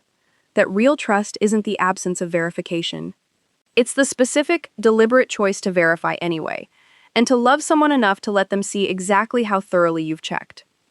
The 12 days between Agent Chandrasekaran's request for more time and the actual raid were, without question, the longest 12 days of my adult life, and I think it's worth walking through them individually, because the tension of waiting for a plan you've already set in motion is its own specific kind of exhausting, different from the tension of building the case in the first place. On day 1, December 16th, I went to work as though nothing had changed, sat through a client meeting about a completely unrelated inventory shrinkage case, and drove home to a house that no longer felt like mine, aware, for the first time, that I was living inside a countdown only I could see. On day 3, Marcus asked me, over dinner, whether I was feeling okay, noting that I'd seemed distracted lately, a question so devoid of self-awareness given his own secret life that I nearly laughed into my wine glass, and I told him I was just tired from a big case at work, which was, in its own way, the single most honest sentence I said to him that entire month. On day 6, December 21st, I drove past the Ashbury Grand Hotel on my way home from a client site visit. An entirely unnecessary detour I told myself was coincidental, and sat in my car in the parking lot for nearly 10 minutes, not going inside, just looking at the entrance where Marcus and Brooke had checked in together 6 weeks earlier. Feeling something that wasn't quite anger anymore, something closer to a kind of clinical curiosity about my own capacity to sit that close to a wound without flinching. On day 7, Marcus told me not to come home for Christmas. On day 8, I found the $412,000 transfer. On day 9, I checked into the Ashford Grand Hotel and received the interview confirmation email that would change the entire shape of that night. On days 10 and 11, I rehearsed my talking points for the segment obsessively, not because I needed the practice, but because rehearsal gave my hands and my mind something structured to hold on to, while every other part of my life waited for a countdown to reach 0. And on day 12, Christmas Eve itself, I woke up in a hotel room alone, ordered coffee I barely drank, and began the specific, deliberate process of getting ready for a night I already sensed. Somewhere underneath the professional calm I'd trained myself to project, would be the last night of the life I'd been quietly documenting the collapse of for 3 straight months. Marcus's formal booking process, which I learned about only secondhand from Agent Chandrasekaran during a debrief the following week, took just under 4 hours that night, standard processing for a financial crimes arrest of that scale. Fingerprinting, a bail hearing scheduled for the following business day given the holiday, and a brief phone call he was permitted to make from the processing facility, which he used, notably, not to call an attorney, but to call his mother, a detail Agent Chandrasekaran mentioned to me, with the specific dry understatement of someone who has watched hundreds of arrests and still finds certain human choices quietly revealing. He was released on bail 2 days later, on December 26th, on a bond his own attorney arranged, using assets that were, notably, not frozen, a fact that struck me, when I learned it, as a small final irony. Even in his arrest, Marcus found a way to access resources that hadn't already been depleted by his own scheme. Warren's trial, in November, produced testimony from 4 additional Belmont Steel Group employees beyond myself, each describing, independently, a workplace culture Warren had cultivated over 9 years that discouraged junior staff from questioning vendor approvals that came bearing his signature. A pattern one witness, a shipping coordinator named Priscilla Nakamura, who had worked under Warren for 6 years, described from the stand as an unspoken rule that if Warren signed it, you didn't ask why, because asking why was the fastest way to find yourself passed over for the next promotion cycle. That testimony, more than almost any single financial document, seemed to land hardest with the jury because it painted the fraud not merely as a technical scheme, but as a specific abuse of institutional trust, the exact kind of quiet coercion that lets a scheme like Crestline survive undetected for nearly a decade despite dozens of people, at various points, having enough information to ask a single obvious question and simply choosing, out of fear or ambition or both, not to. If I've learned one unifying lesson from watching this entire architecture collapse from the inside, it's that every person who benefited from Marcus's fraud did so through a specific, repeatable failure of character. And I think naming those failures plainly is more useful than simply calling all of them bad people. Because bad people is too vague a diagnosis to protect anyone watching from recognizing the same pattern in their own lives. Diane's failure was arrogance, the specific belief that her comfort was simply owed to her by the universe, regardless of its actual source, a belief so deeply rooted that she genuinely never thought to ask where $61,000 over 2 years had come from, because asking would have required her to imagine, even briefly, that the world might not automatically arrange itself around her preferences. Tyler's failure was entitlement dressed up as ambition, a lifetime of treating other people's money as a renewable resource specifically because he had never once been forced to build anything himself from nothing. And it took losing every safety net at once, at 29 years old, standing on a warehouse loading dock at 6 in the morning, for him to finally understand what effort without a subsidy actually feels like. Brooke's failure was opportunism, the specific calculation that proximity to power was itself a strategy worth risking her own integrity for. A bet that collapsed the exact moment the power she'd attached herself to turned out to be built on federal fraud charges rather than the quiet, durable competence she'd apparently mistaken it for. And Warren's failure, the largest of them all in terms of dollar amount and human cost, was something closer to institutional predation. The deliberate cultivation of a workplace culture engineered specifically to discourage the one behavior that could have stopped him 9 years earlier. A junior employee asking an honest question about an invoice that didn't quite add up. I think about Priscilla Nakamura's testimony often, that unspoken rule she described, because it is, in miniature, the exact same dynamic that let Marcus believe, for 3 straight years, that his own wife would never look closely enough to notice $412,000 disappearing from an account with both of our names on it. Every fraud, I've come to believe, depends on the same fundamental bet: that the people closest to the money are either too trusting, too comfortable, or too afraid of the social cost of asking to actually look. My entire case against my own husband existed because I was willing to lose that bet's assumption. I was willing to be the one person in the room who looked anyway, regardless of what looking might cost me personally. And I think that willingness, more than any specific forensic technique, is the actual lesson underneath everything else I've described here. I want to be honest about what my calm cost me, because I think presenting it without that honesty would be its own small dishonesty. Staying composed for 3 months while documenting my own husband's fraud and infidelity required a specific kind of internal discipline that I do not recommend as a permanent lifestyle, only as a temporary, necessary tool for a temporary, necessary job. I lost 11 pounds that autumn without trying to. I developed a tension headache that lived behind my left eye for most of November and didn't fully resolve until February. I stopped sleeping more than 5 hours a night for nearly 6 weeks. Not from anxiety exactly, but from the specific hypervigilance of a mind that had trained itself to notice every discrepancy, applied now not to a client's ledger, but to my own kitchen, my own bedroom, my own marriage, at every hour of every day. I share these physical costs not to elicit sympathy, but because I think it's important for anyone watching who is currently in the early stages of a similar discovery to understand that the composed, methodical version of a person you might be watching in a story like this one is not a person who felt nothing. It is a person who decided, deliberately, that the feeling could wait its turn, and who made her own body pay a real, measurable price for that decision. A price I would, if I'm honest, choose to pay again, every single time. Because the alternative, staying comfortably unaware inside a marriage built on someone else's ledger, was never actually a version of peace. It was only ever a version of not yet knowing.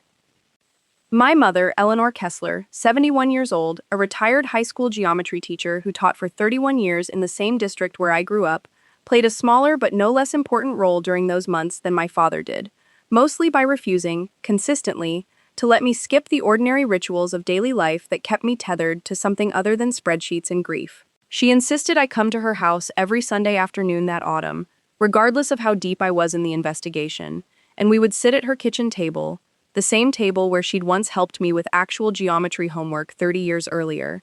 and she would simply talk to me about ordinary things: a neighbor's garden, a recipe she'd tried, a book club selection she disagreed with, refusing entirely to discuss the case unless I brought it up first. Because, as she told me once, quietly, over tea, you spend your whole week being the smartest, most controlled person in every room you walk into, Elena. And sometimes, what a person actually needs is one room a week where nobody expects that from her at all. I didn't fully understand the gift of that insistence until much later, once the case was over and I realized those Sunday afternoons had been the only sustained hours across 3 months where my nervous system had been allowed to simply rest. The final tally of the case, once every civil proceeding, restitution order, and insurance claim, was fully resolved by the following autumn, came to just over $1.9 million recovered across the combined Crestline and Halloway Meridian schemes, out of a total estimated exposure of $2.1 million. A recovery rate Agent Chandrasekaran described as genuinely excellent for a case this complex.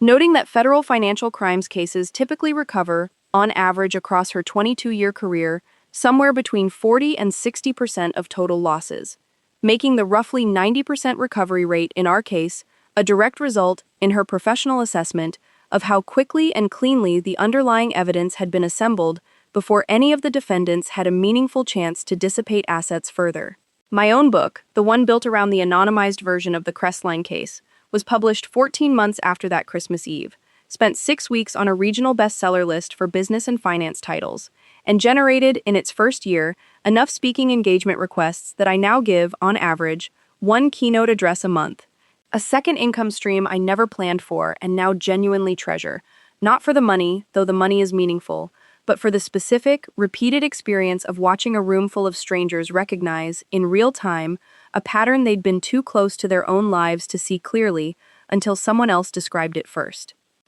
My professional caseload has grown considerably since that year, and I want to share one particular client story, appropriately anonymized, because I think it illustrates exactly how directly my own experience now shapes the work I do for other people. A woman came to my office 8 months ago, 43 years old, married 11 years, describing a pattern of small, unexplained withdrawals from a joint account that had, over the preceding 18 months, grown from a few $100s a month to nearly $4,000. She apologized repeatedly during our first meeting for probably overreacting, a phrase I have now heard so many times from clients in nearly identical circumstances that I've started keeping a private, informal count, currently standing at 31 separate clients in the 18 months since my book's publication, who have used almost that exact same sentence in our first meeting.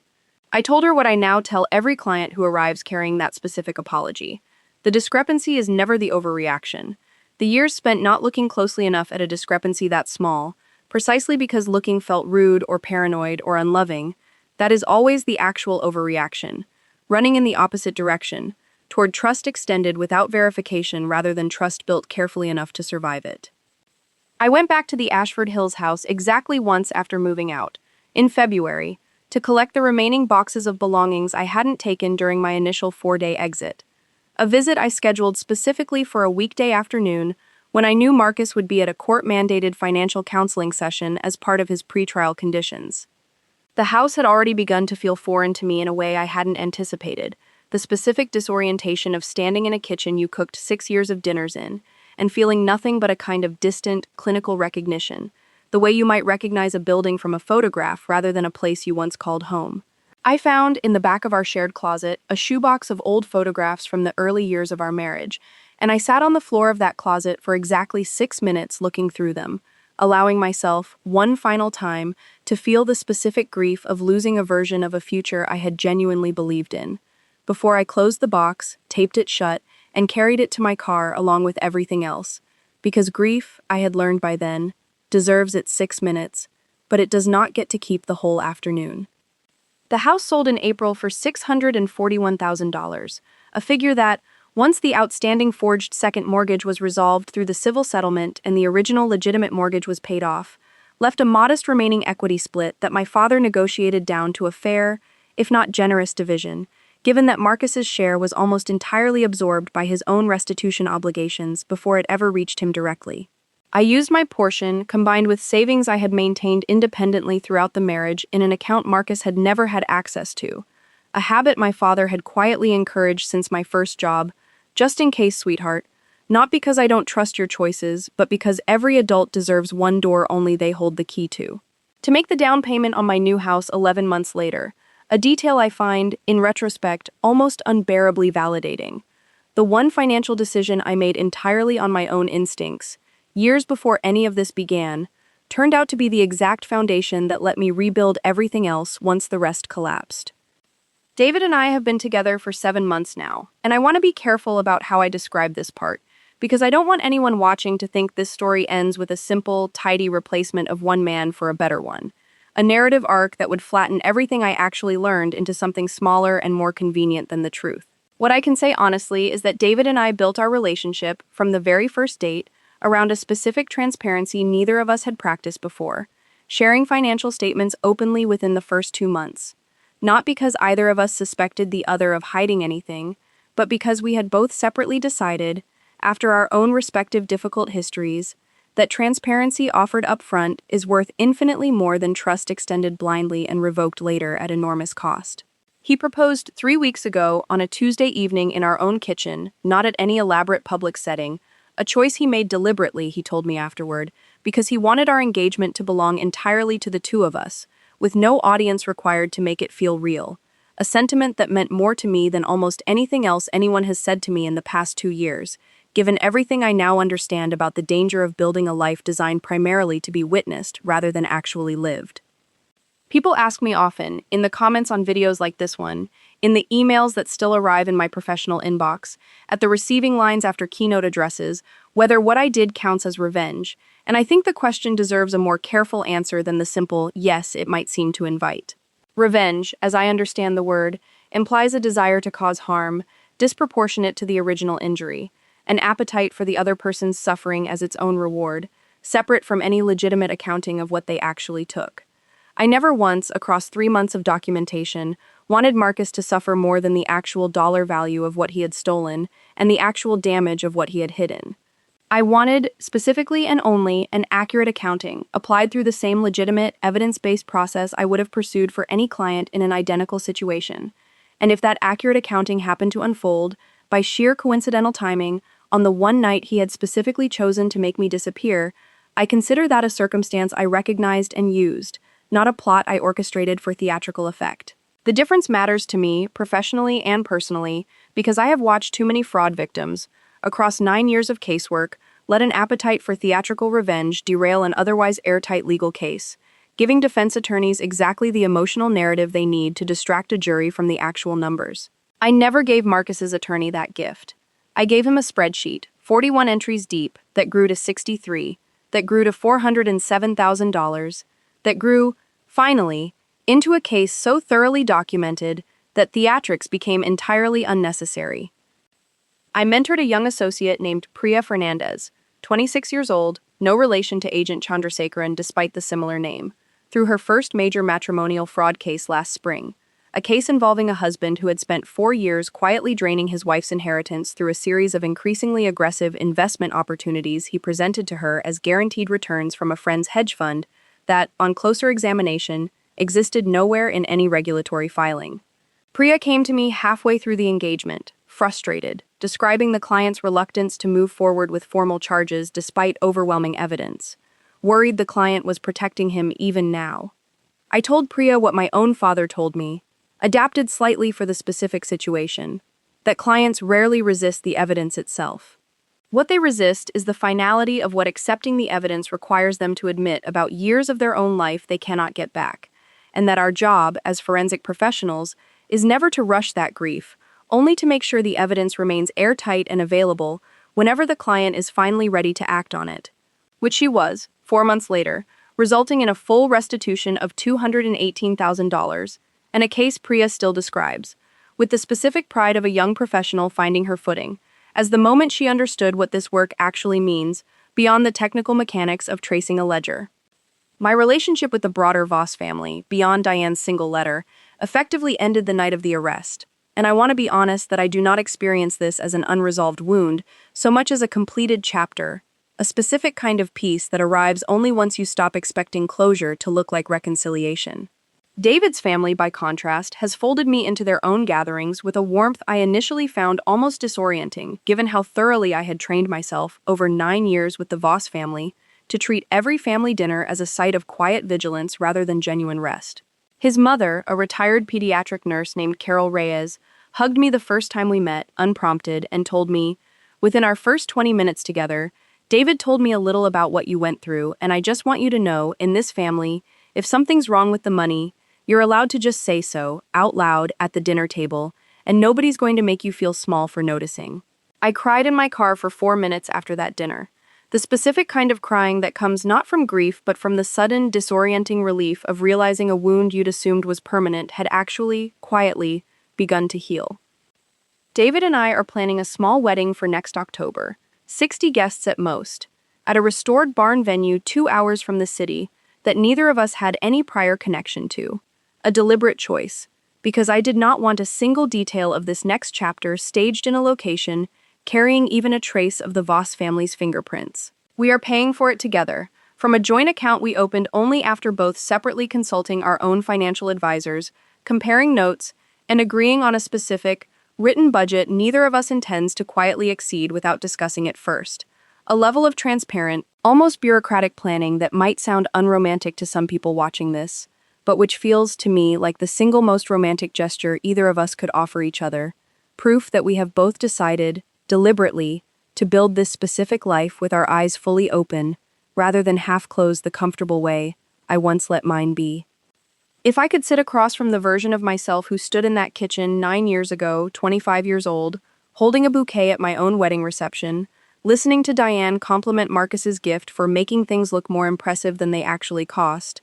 I don't think I would warn her away from marrying him entirely, because I don't believe every hard lesson needs to be avoided rather than survived. And I genuinely believe the woman I became through those 9 years, including the worst 3 months of documentation and grief, is a stronger, more clear-eyed professional and person than the one who walked down that aisle without a single financial question in her mind. What I would tell her, instead, is simpler. Keep looking. Keep the exact same instincts you use at work, the ones that never once let a discrepancy of $6,200 slide past without an explanation, and never, under any circumstances, set those instincts down at your own kitchen table just because the person across from you shares your last name. Love someone as generously as you want, but audit the relationship with the same rigor you'd apply to any client's ledger, because the people who deserve your trust will never once resent being asked a clarifying question, and the people who flinch at that question are already telling you, in the clearest language available, exactly what you need to know. I want to close with the thing I actually believe, underneath all the specific numbers and dates and courtroom details I've walked you through tonight, because I think it matters more than any single plot point in this story. Every fraud I have ever investigated in 9 years of professional casework and in the 3 most personally devastating months of my own life depended entirely on one specific, quiet bet the person committing it was willing to make: that the person closest to the money would rather stay comfortable than stay accurate. Marcus made that bet the day he moved $18,000 to a shell company and told me it was a contractor deposit. Diane made a smaller version of that same bet every single time she accepted a check without asking where it came from. Warren Holloway built an entire 9-year career on that bet, recruiting people specifically for their willingness to stay comfortable rather than stay accurate. And every single one of them lost that bet, eventually, completely, in front of 140 witnesses at a Christmas gala, because I decided, somewhere in early October, standing at my own kitchen counter holding a bank statement that didn't add up, that I would rather know something devastating than continue not knowing something comfortable. I've thought a great deal, in the time since, about the specific mechanics of how Marcus and Warren managed to keep the Crestline scheme running undetected for as long as they did, because understanding the mechanics is the only real protection any of us have against a repeat performance in some other form, some other marriage, some other company. What made the scheme durable wasn't its sophistication exactly, though Warren's layered shell structure was more careful than Marcus's own clumsy honeymoon-era predecessor account. What made it durable was the specific social architecture surrounding it: a company culture where junior employees had been trained not to ask, a family culture where financial generosity flowed one direction only and was never questioned, and a marriage where one partner had, over years, been quietly positioned as too trusting, too busy, or too polite to look closely at exactly the kind of number that was her actual professional specialty to catch. Every fraud, in my experience, requires not just a perpetrator but an entire ecosystem of people willing to look away, whether out of fear, comfort, or simple inattention, and dismantling that ecosystem, one witness statement and one flagged transaction at a time, is slower and less dramatic than any movie version of justice, but it is also, I have found, considerably more permanent. I received a message about 10 months after the book's publication from a woman named Cassandra Whitfield, 47, who described a situation eerily parallel to my own, except involving a family construction business rather than a corporate vendor scheme. Her husband of 19 years quietly diverting client deposits into a personal account for nearly 6 years to fund a second household she hadn't known existed, in a city 3 hours away, complete with a second set of children he'd been supporting in near total secrecy. Cassandra told me she'd read my book twice before she found the courage to pull her own joint account statements, and that the specific line she kept returning to, underlined twice in her copy, was the one about the discomfort of looking always being smaller than the eventual cost of having looked away. She built her own version of a ledger over 4 months, working nights after her children were asleep, cross-referencing invoices against bank deposits the way I'd described in the book's 3rd chapter, and eventually handed a complete forensic package to an attorney who told her, in almost the exact words my own father had used with me, that it was the cleanest civilian-built fraud file he had seen in over a decade of family law practice. Her husband was charged with theft and fraud 8 months later, ordered to pay restitution of just over $300,000, and Cassandra, in her final message to me, wrote simply, "You didn't just write a book. You handed me the exact tool I needed to stop being the last person in my own house to know the truth about my own life," a sentence I have kept, alongside Diane's voicemail and my father's proudest professional moment, in the small private folder of messages I return to whenever the work of this second career feels heavier than I expect it to. I think, too, about the specific irony of Marcus's own mother once calling me sweet but a little simple at a country club luncheon she assumed I couldn't hear. Because I've come to believe that assumption, the specific, casual underestimation of a quiet woman's attention, is itself one of the oldest and most reliable tools fraud has ever had available to it. Nobody in that family ever once imagined that my silence at dinner tables was strategy rather than simplicity, that the years I spent quietly refilling water pitchers and smiling at condescending remarks were years I was also quietly cataloging, in the part of my mind trained by 9 years of professional forensic work, exactly which family members treated unearned money as an entitlement, and exactly which ones, given the right documentation, would eventually have to answer for it. I don't say this with cruelty. I say it because I think there is a specific, underrated power available to anyone who has ever been dismissed as too quiet, too simple, or too trusting to notice what's actually happening around them. And I want anyone watching who has felt that particular dismissal in their own life to understand that the people underestimating you are, quite often, handing you the single greatest advantage you will ever have over them. The advantage of being watched less closely than you are actually watching them. The last conversation I ever had directly with Marcus took place not at the ballroom and not on that Christmas Eve phone call, but 8 months later, at a mandatory restitution hearing where both of our attorneys were present, a brief, entirely procedural exchange where he was permitted, under his attorney's supervision, to ask me one final question before the hearing concluded: whether I had ever, at any point during our marriage, actually loved him, or whether the entire relationship had simply been, in his words, an audit I hadn't realized I was already failing. I told him the truth, because I owed him at least that much precision even after everything, that I had loved him completely, genuinely, without reservation, for the first 6 years of our marriage, and that the tragedy of what he'd done wasn't that I never loved him, but that he had taken a love that was real and freely given and decided, repeatedly, across 3 separate years, that it was worth less to him than $18,000 wired to a shell company with a name he'd probably chosen in about 4 minutes of half-hearted thought. He didn't respond to that. There was, I think, genuinely nothing left for him to say. I've also had time, in the 18 months since, to reflect more carefully on my own profession's broader relationship to stories like mine, because I know some of the viewers of this exact channel arrive skeptical of true crime-adjacent financial content,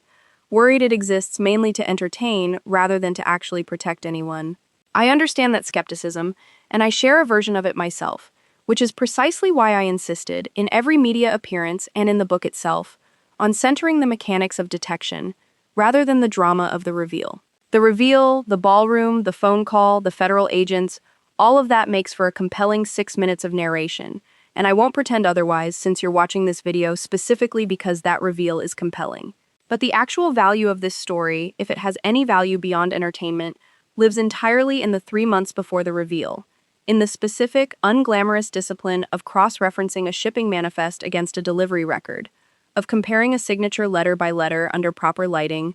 of sitting at a kitchen table at 2 in the morning with a highlighter and a cold cup of tea, refusing to let grief slow down a process that could still, if executed properly, change the entire shape of your future. That discipline is available to anyone, regardless of professional training, provided they're willing to build the habit of actually looking rather than simply hoping. There's a specific detail from the trial I haven't mentioned yet that I think about often, one that emerged not from any document I traced myself, but from testimony given by a forensic accountant on the government's own staff,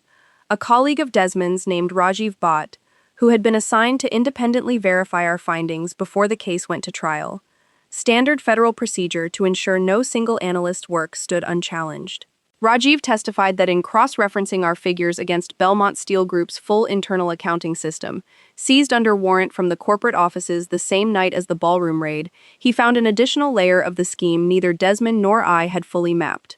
A secondary kickback arrangement, smaller in scale, roughly $94,000 over 18 months, routed not through Crestline but through a legitimate vendor who had apparently been coerced, under threat of losing the entire Belmont Steel Group account, into padding invoices by exactly 11% and quietly returning the difference to Warren directly. In cash, delivered during in-person site visits Warren had scheduled specifically for that purpose. That vendor, a small family-owned freight company run by a man named Oscar Delgado, no relation to Farah Delgado at the studio, an entirely separate family, testified against Warren in exchange for full immunity, describing, in visibly shaken detail, 3 years of feeling trapped between his own company's survival and his growing certainty that he was participating in something he could never fully justify to himself.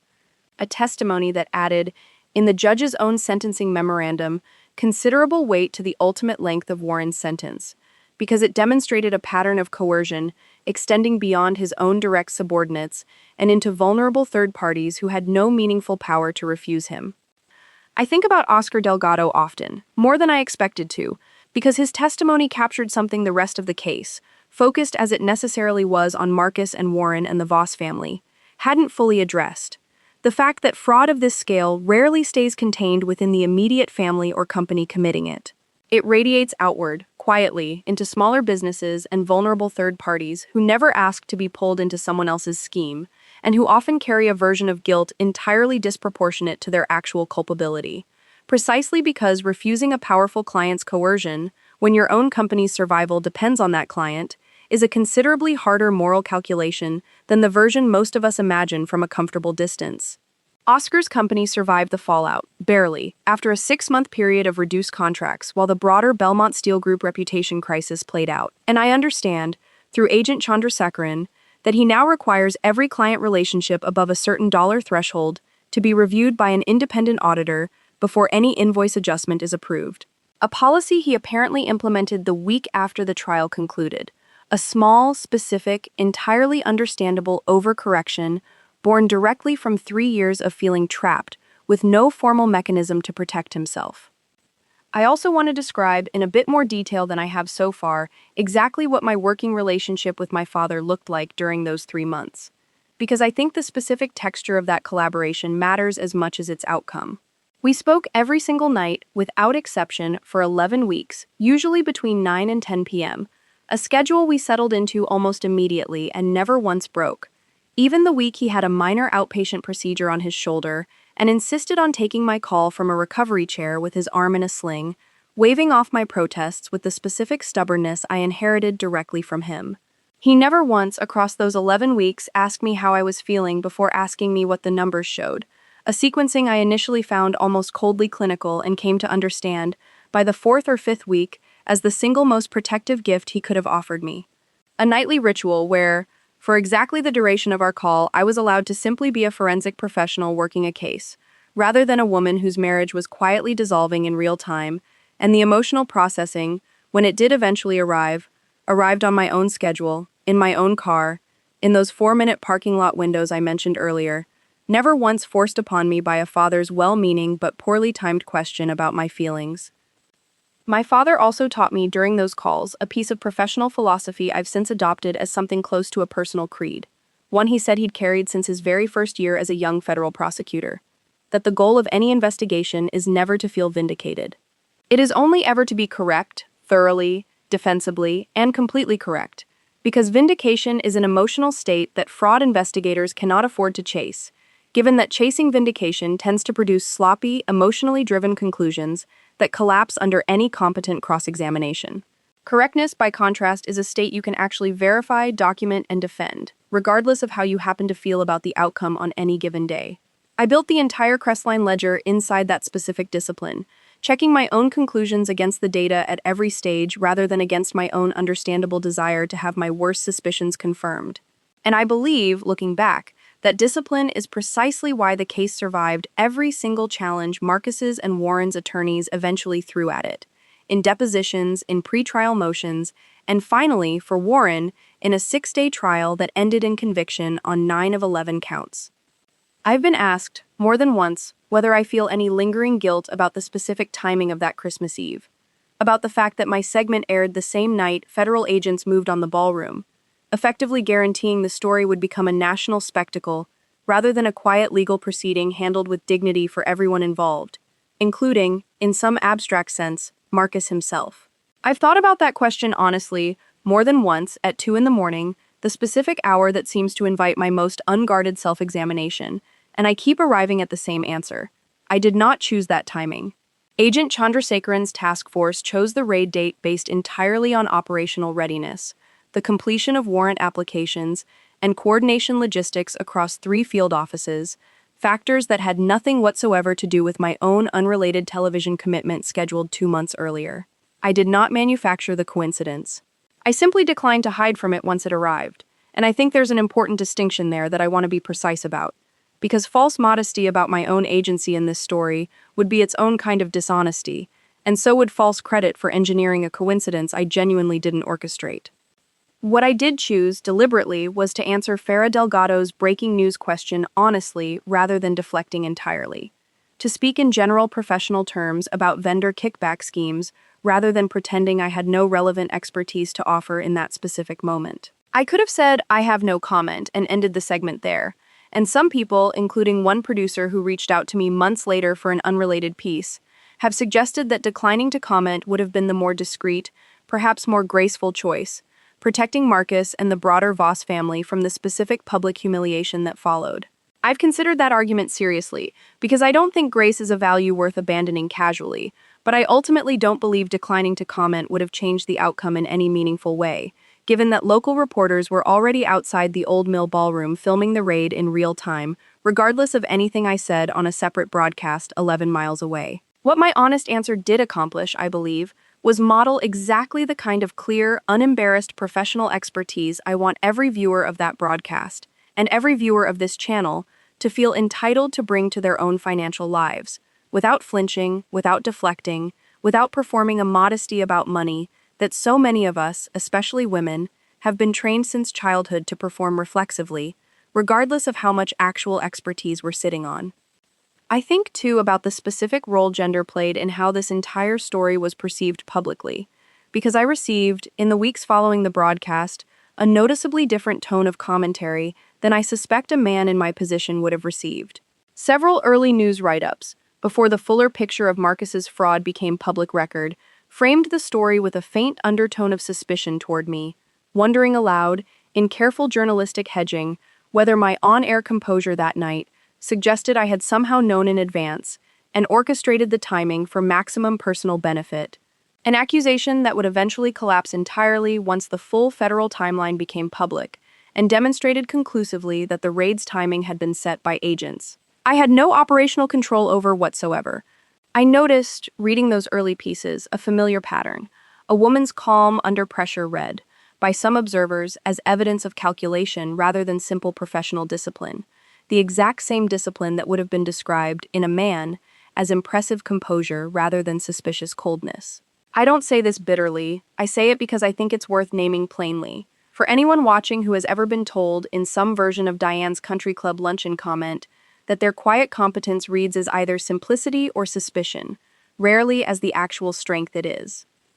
The book's success, modest as it has been in the broader scheme of publishing, has given me a platform I did not expect and do not take lightly, and I've used a portion of the proceeds, roughly $40,000 over the past year, to establish a small scholarship fund at my own alma mater specifically for students pursuing forensic accounting certifications. Named, at my father's quiet suggestion and over my own initial objection, the Kessler Family Fraud Examination Scholarship, a name I resisted for weeks before finally accepting that my father had earned the right to see our shared name attached to something that would outlast both of our individual careers, funding 4 students so far, each of whom I've met personally, each of whom reminds me, in some specific way, of the 11-year-old girl at her own kitchen table being quizzed on structuring violations by a father who believed, decades before any of this happened, that teaching a daughter to read a ledger honestly was one of the most important gifts he could ever give her. There's one more scene I want to describe before I close this out, because I think it captures something about the actual texture of moving forward that the rest of this story, focused as it necessarily has been on courtrooms and ledgers and a ballroom full of witnesses, hasn't fully shown you yet. It was a Tuesday evening in late April, 4 months after the arrest, and I was standing in the small backyard of the rental apartment with the parking structure view. Before I'd bought the house with the garden, holding a glass of wine I'd poured myself after a long day of depositions unrelated to my own case. And I noticed, for the first time in months, that I was simply standing still, not reviewing a spreadsheet in my head, not replaying a conversation with Diane or Marcus, not calculating a discrepancy or cross-referencing a timeline, just standing in ordinary evening light, feeling the specific, unremarkable relief of a mind finally allowed to be quiet. I remember thinking in that exact moment that recovery from something like this doesn't announce itself with any grand cinematic marker, no single day where you wake up and feel entirely healed. It arrives instead in small, unguarded moments like that one, a Tuesday evening with a glass of wine and nothing urgent left to trace, and you only recognize, in retrospect, that healing was happening at all because you notice, one ordinary evening, that your mind has finally stopped running the same calculation on a loop. I also want to acknowledge, honestly, the parts of this story that remain genuinely unresolved, because I don't think a story this long deserves a false bow tied around every loose thread. Tyler and I have not spoken directly since the ballroom, though I hear updates through mutual acquaintances, and I don't know whether his current trajectory toward actual self-sufficiency will hold once the initial shock of consequence fades into ordinary routine, the way initial shocks so often do for people who spent decades avoiding exactly this kind of accountability. Brooke Sanders remains to me a genuinely unknown quantity, someone I've chosen not to track closely. Not out of forgiveness exactly, but out of a specific, deliberate decision that my own emotional energy is better spent building my scholarship fund and my new marriage than monitoring the career trajectory of a 27-year-old who made a choice I no longer have any stake in judging further. And my relationship with the broader idea of the Voss family name, a name I legally shed the month my divorce finalized, reverting to Kessler, remains complicated in ways I suspect will never fully resolve. Given that 9 years of genuine, complicated love don't simply evaporate because the person you loved turned out to be someone considerably less trustworthy than you'd believed. What I can say with complete confidence, sitting here recording this exactly 18 months after that Christmas Eve phone call, is that the version of myself who exists now, engaged to a man who asked to see my tax returns on our third date, and meant it as an act of respect rather than suspicion, mentoring young forensic accountants who remind me of my own younger self, running a scholarship fund with my father's name attached to it, standing in gardens I built with my own hands in soil that answers to nobody's hidden ledger but my own, is a considerably stronger, more clear-eyed, more genuinely peaceful person than the woman who stood at her own wedding reception 9 years ago, holding a bouquet, listening to her new mother-in-law compliment a groom's gift for making things look more impressive than they actually cost. I would not have chosen this specific path to arrive here, but I no longer spend much time wishing for a different one, because the woman I became by refusing to look away, by building a file instead of a scene, by trusting my own trained instincts over the comfortable fiction everyone around me preferred, is a woman I am, finally, genuinely proud to be. I should also describe, in a bit more sensory detail than I've offered so far, the actual courtroom scene at Marcus's sentencing, because I think the specific texture of that room matters more than the legal outcome alone conveys. The gallery held perhaps 40 people that morning, a mix of court staff, 2 local reporters who had followed the case since December, and notably, none of the Voss family beyond Marcus's own attorney, since Diane had apparently decided, by September, that attending would only invite further public scrutiny she no longer had the appetite to withstand. I sat in the third row, my father beside me, both of us dressed with the same careful, unshowy professionalism we'd have worn to any other proceeding, because I did not want that room to read my presence as either triumph or grief, only as the simple, factual attendance of a woman whose name appeared throughout the case file as both victim and key evidentiary source. The judge, a measured woman named Judge Constance Ferris, who had presided over 11 prior financial crimes cases according to my father's research beforehand, read the sentencing memorandum in a level, unhurried voice, pausing once, notably, to note for the record that the case file, in her words, reflects an unusually thorough forensic foundation, assembled initially by the victim herself prior to any law enforcement involvement. A level of diligence this court does not take lightly in weighing the aggravating factors of premeditation and duration. I remember the specific sound of the gavel that morning, quieter than television had led me to expect, almost administrative rather than dramatic, and I remember Marcus's shoulders, visible from the third row, dropping slightly at the exact moment the number 5 years and 2 months was read into the record. A physical response that read less like shock and more like a body finally absorbing a number it had spent months bracing for in the abstract. I did not feel triumphant in that moment, the way certain corners of the internet, when this story eventually circulated, seemed to assume I must have. I felt instead something closer to a long exhale, the specific, unglamorous relief of watching a process I had spent 3 months building finally complete itself exactly as the evidence dictated it should. No more, no less, a correctness rather than a victory. Precisely the distinction my father had spent 11 weeks of nightly phone calls teaching me to value over any more theatrical alternative. I also want to mention, briefly, a detail from that same week that I've never shared publicly before this recording. 3 days after Marcus's sentencing, I received a single envelope in the mail, no return address, containing a photograph of the two of us from our honeymoon in Amalfi. One I recognized instantly, taken by a hotel photographer on our fourth night there, both of us laughing at something just out of frame, genuinely happy in a way that photograph had always struck me as slightly unbearable to look at once I knew what had actually funded that trip. There was no note attached, nothing written anywhere on the envelope or the photograph itself, and I never determined who sent it, though I suspected, without any real evidence, that it might have come from Diane, a small, wordless acknowledgement of a happiness that had once been real even if its foundation hadn't been. I kept the photograph for exactly 1 week, sitting in a drawer in my new apartment, before I finally, deliberately, put it through a paper shredder in my own home office, not out of anger, but because I had decided, by then, that I no longer needed physical evidence of a happiness I could simply choose to remember accurately in my own mind, without the photograph's specific, curated dishonesty about what that trip had actually cost, and who had actually paid for it. I've thought, too, about how differently this story might have ended had I made a different choice on any one of a dozen smaller decision points along the way, because I think acknowledging that fragility is more honest than presenting the outcome as some inevitable, foreordained triumph of justice. If I had confronted Marcus that first Sunday morning over coffee, the moment I found the $6,200 transfer, driven by an understandable, entirely human impulse to simply ask the question out loud, rather than build a silent case first, my father has told me, more than once, that the evidence trail would very likely have evaporated within days. Every account moved, every shell entity dissolved, leaving behind a case built on suspicion and testimony rather than documented, verifiable fact. The exact kind of case that collapses under any competent cross-examination and leaves a victim with nothing but her own word against a husband's denial. If Agent Chandrasekharan's task force had needed 30 days rather than 12 to prepare the raid, the wire transfer of $412,000 might have cleared into an account beyond any reasonable recovery, a fact that still occasionally visits me at 2 in the morning as a reminder of how much of this outcome depended on timing I could influence only partially, through my own discipline, and could not fully control no matter how carefully I built the file.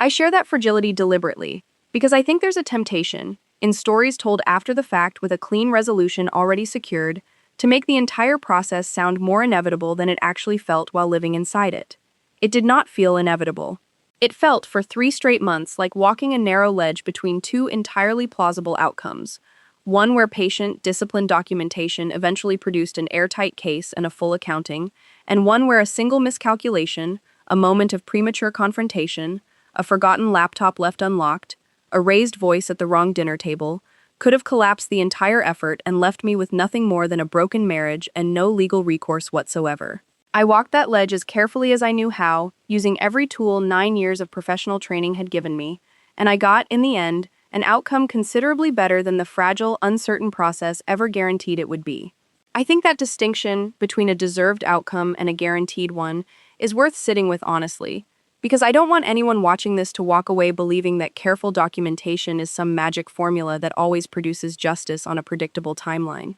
It isn't. It simply gives you the best possible odds, and sometimes, if you're disciplined enough and, frankly, fortunate enough in the timing, those odds pay off in exactly the way mine eventually did. I want to end this particular reflection with one final image because I think it captures something the rest of this story, focused as it has been on ledgers and courtrooms and a ballroom full of witnesses, hasn't quite shown you yet. The morning after Marcus's sentencing, I drove alone to the community college where Tyler had reportedly enrolled in his logistics certificate program, not to see him, not to speak with him, simply to sit in my parked car across the street for perhaps 10 minutes, watching students moving between buildings on an ordinary Tuesday morning, and I found myself thinking, unexpectedly, not about revenge or vindication or even relief, but about the strange, quiet mercy embedded in consequence done properly. That even the people who caused the most damage in this story were left, in the end, not destroyed beyond recovery, but simply returned, finally, to a version of accountability the rest of us had been living inside all along. The specific, unglamorous discipline of earning what you have, rather than simply expecting it to appear, funded by someone else's ledger, indefinitely, without consequence. One last practical note before I close. For anyone watching who suspects they might be standing at the very beginning of a similar discovery in their own life rather than the end of one, Build your file before you build your confrontation. Pull your own statements quietly, across as many months as you can access, and look specifically for round, unexplained transfers, recurring vendor or entity names you don't recognize, and any discrepancy between what your household actually earns and what it actually spends. Because that gap, when it exists, always has to be funded from somewhere. And somewhere is a specific, traceable place, not an abstraction. Document everything in writing, with dates, before you say a single word to the person you suspect. And if the numbers involved are large enough, or the deception old enough, consider consulting a forensic accountant or an attorney before you consult your own instinct to simply ask out loud. Because the moment you ask out loud, you lose the single greatest advantage you currently have, the element of an opponent who doesn't yet know you're looking. I built my entire case on that exact advantage, for 11 weeks in complete silence, and I have never once regretted the discipline that silence required, because the alternative, confronting Marcus the first morning I found that $6,200 discrepancy, would very likely have cost me the $412,000 I eventually recovered, the 11 years Warren Holloway is now serving, and the specific, permanent accountability every single person in this story was ultimately forced to face. I think, finally, about a specific exchange I had with Priya Fernandez, the young associate I mentored through her own first matrimonial fraud case, on the day her client's restitution check cleared, when Priya asked me, somewhat tentatively, whether the work ever stopped feeling heavy, whether there was a version of this career where the weight of watching families dismantle themselves eventually became routine rather than personal. I told her the same truth my father had given me years earlier at our own kitchen table. It never stops feeling heavy, and it shouldn't, because the day this work starts feeling routine is the day you've stopped actually seeing the specific human cost behind every ledger entry, the specific $6,200 discrepancy that might represent, for some other family somewhere, the exact same quiet unraveling mine once represented for me. What changes over time isn't the weight itself. It's your capacity to carry it steadily, professionally, without letting it collapse into either numbness on one side or paralysis on the other. A capacity built the same way any other discipline is built, through repetition, through mentorship, through the specific, hard-won confidence of having already survived the worst version of exactly this kind of discovery once yourself, and having come out the other side not unscathed, but genuinely, measurably stronger.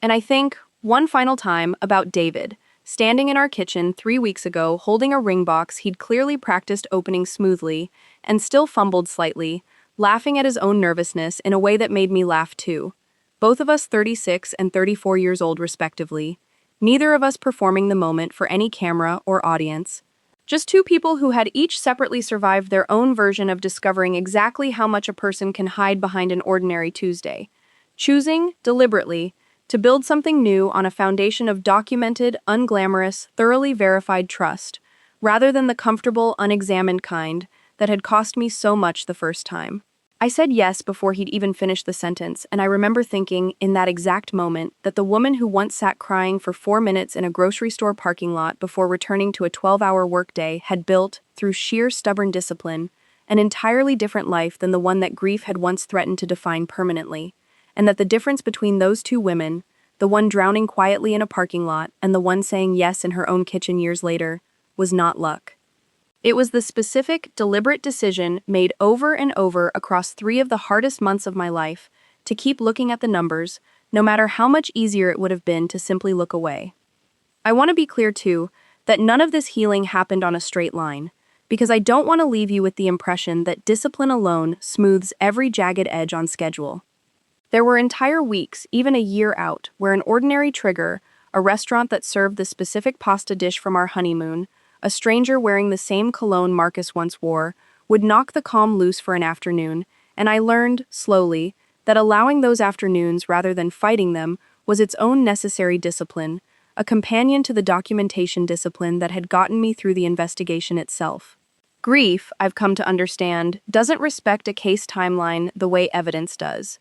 It arrives on its own schedule, long after the verdict, long after the sentencing, long after the ring, and the work of an honest life afterward isn't pretending it doesn't still arrive. It's simply refusing to let it run the whole show anymore, the same way I once refused to let it slow down a spreadsheet at 2 in the morning. So here's the question I actually want to leave you with tonight, and I want you to sit with it honestly rather than answering it quickly. Is there a number in your own life right now, a discrepancy, a discomfort, a small inconsistent detail you've already noticed and already, quietly, decided not to look at too closely? Because looking closely might cost you a comfort you're not ready to give up yet. Because I promise you, from the other side of exactly that decision, made at my own kitchen table on an ordinary Sunday morning over a cup of coffee that had gone cold before I even noticed. The discomfort of looking is always, always smaller than the eventual cost of having looked away. And speaking of costs, nobody sees coming until it's far too late. The story I'm posting next, about a woman who discovered her own sister had been forging her signature on family trust documents for 6 straight years, makes even this one look almost gentle by comparison. You've already sat through every number, every ledger line, every courtroom detail of mine tonight without clicking away once, which tells me you're exactly the kind of person who needs to hear how hers ends too. So go ahead and hit subscribe before you go, since you've clearly already decided this is the kind of story worth staying for.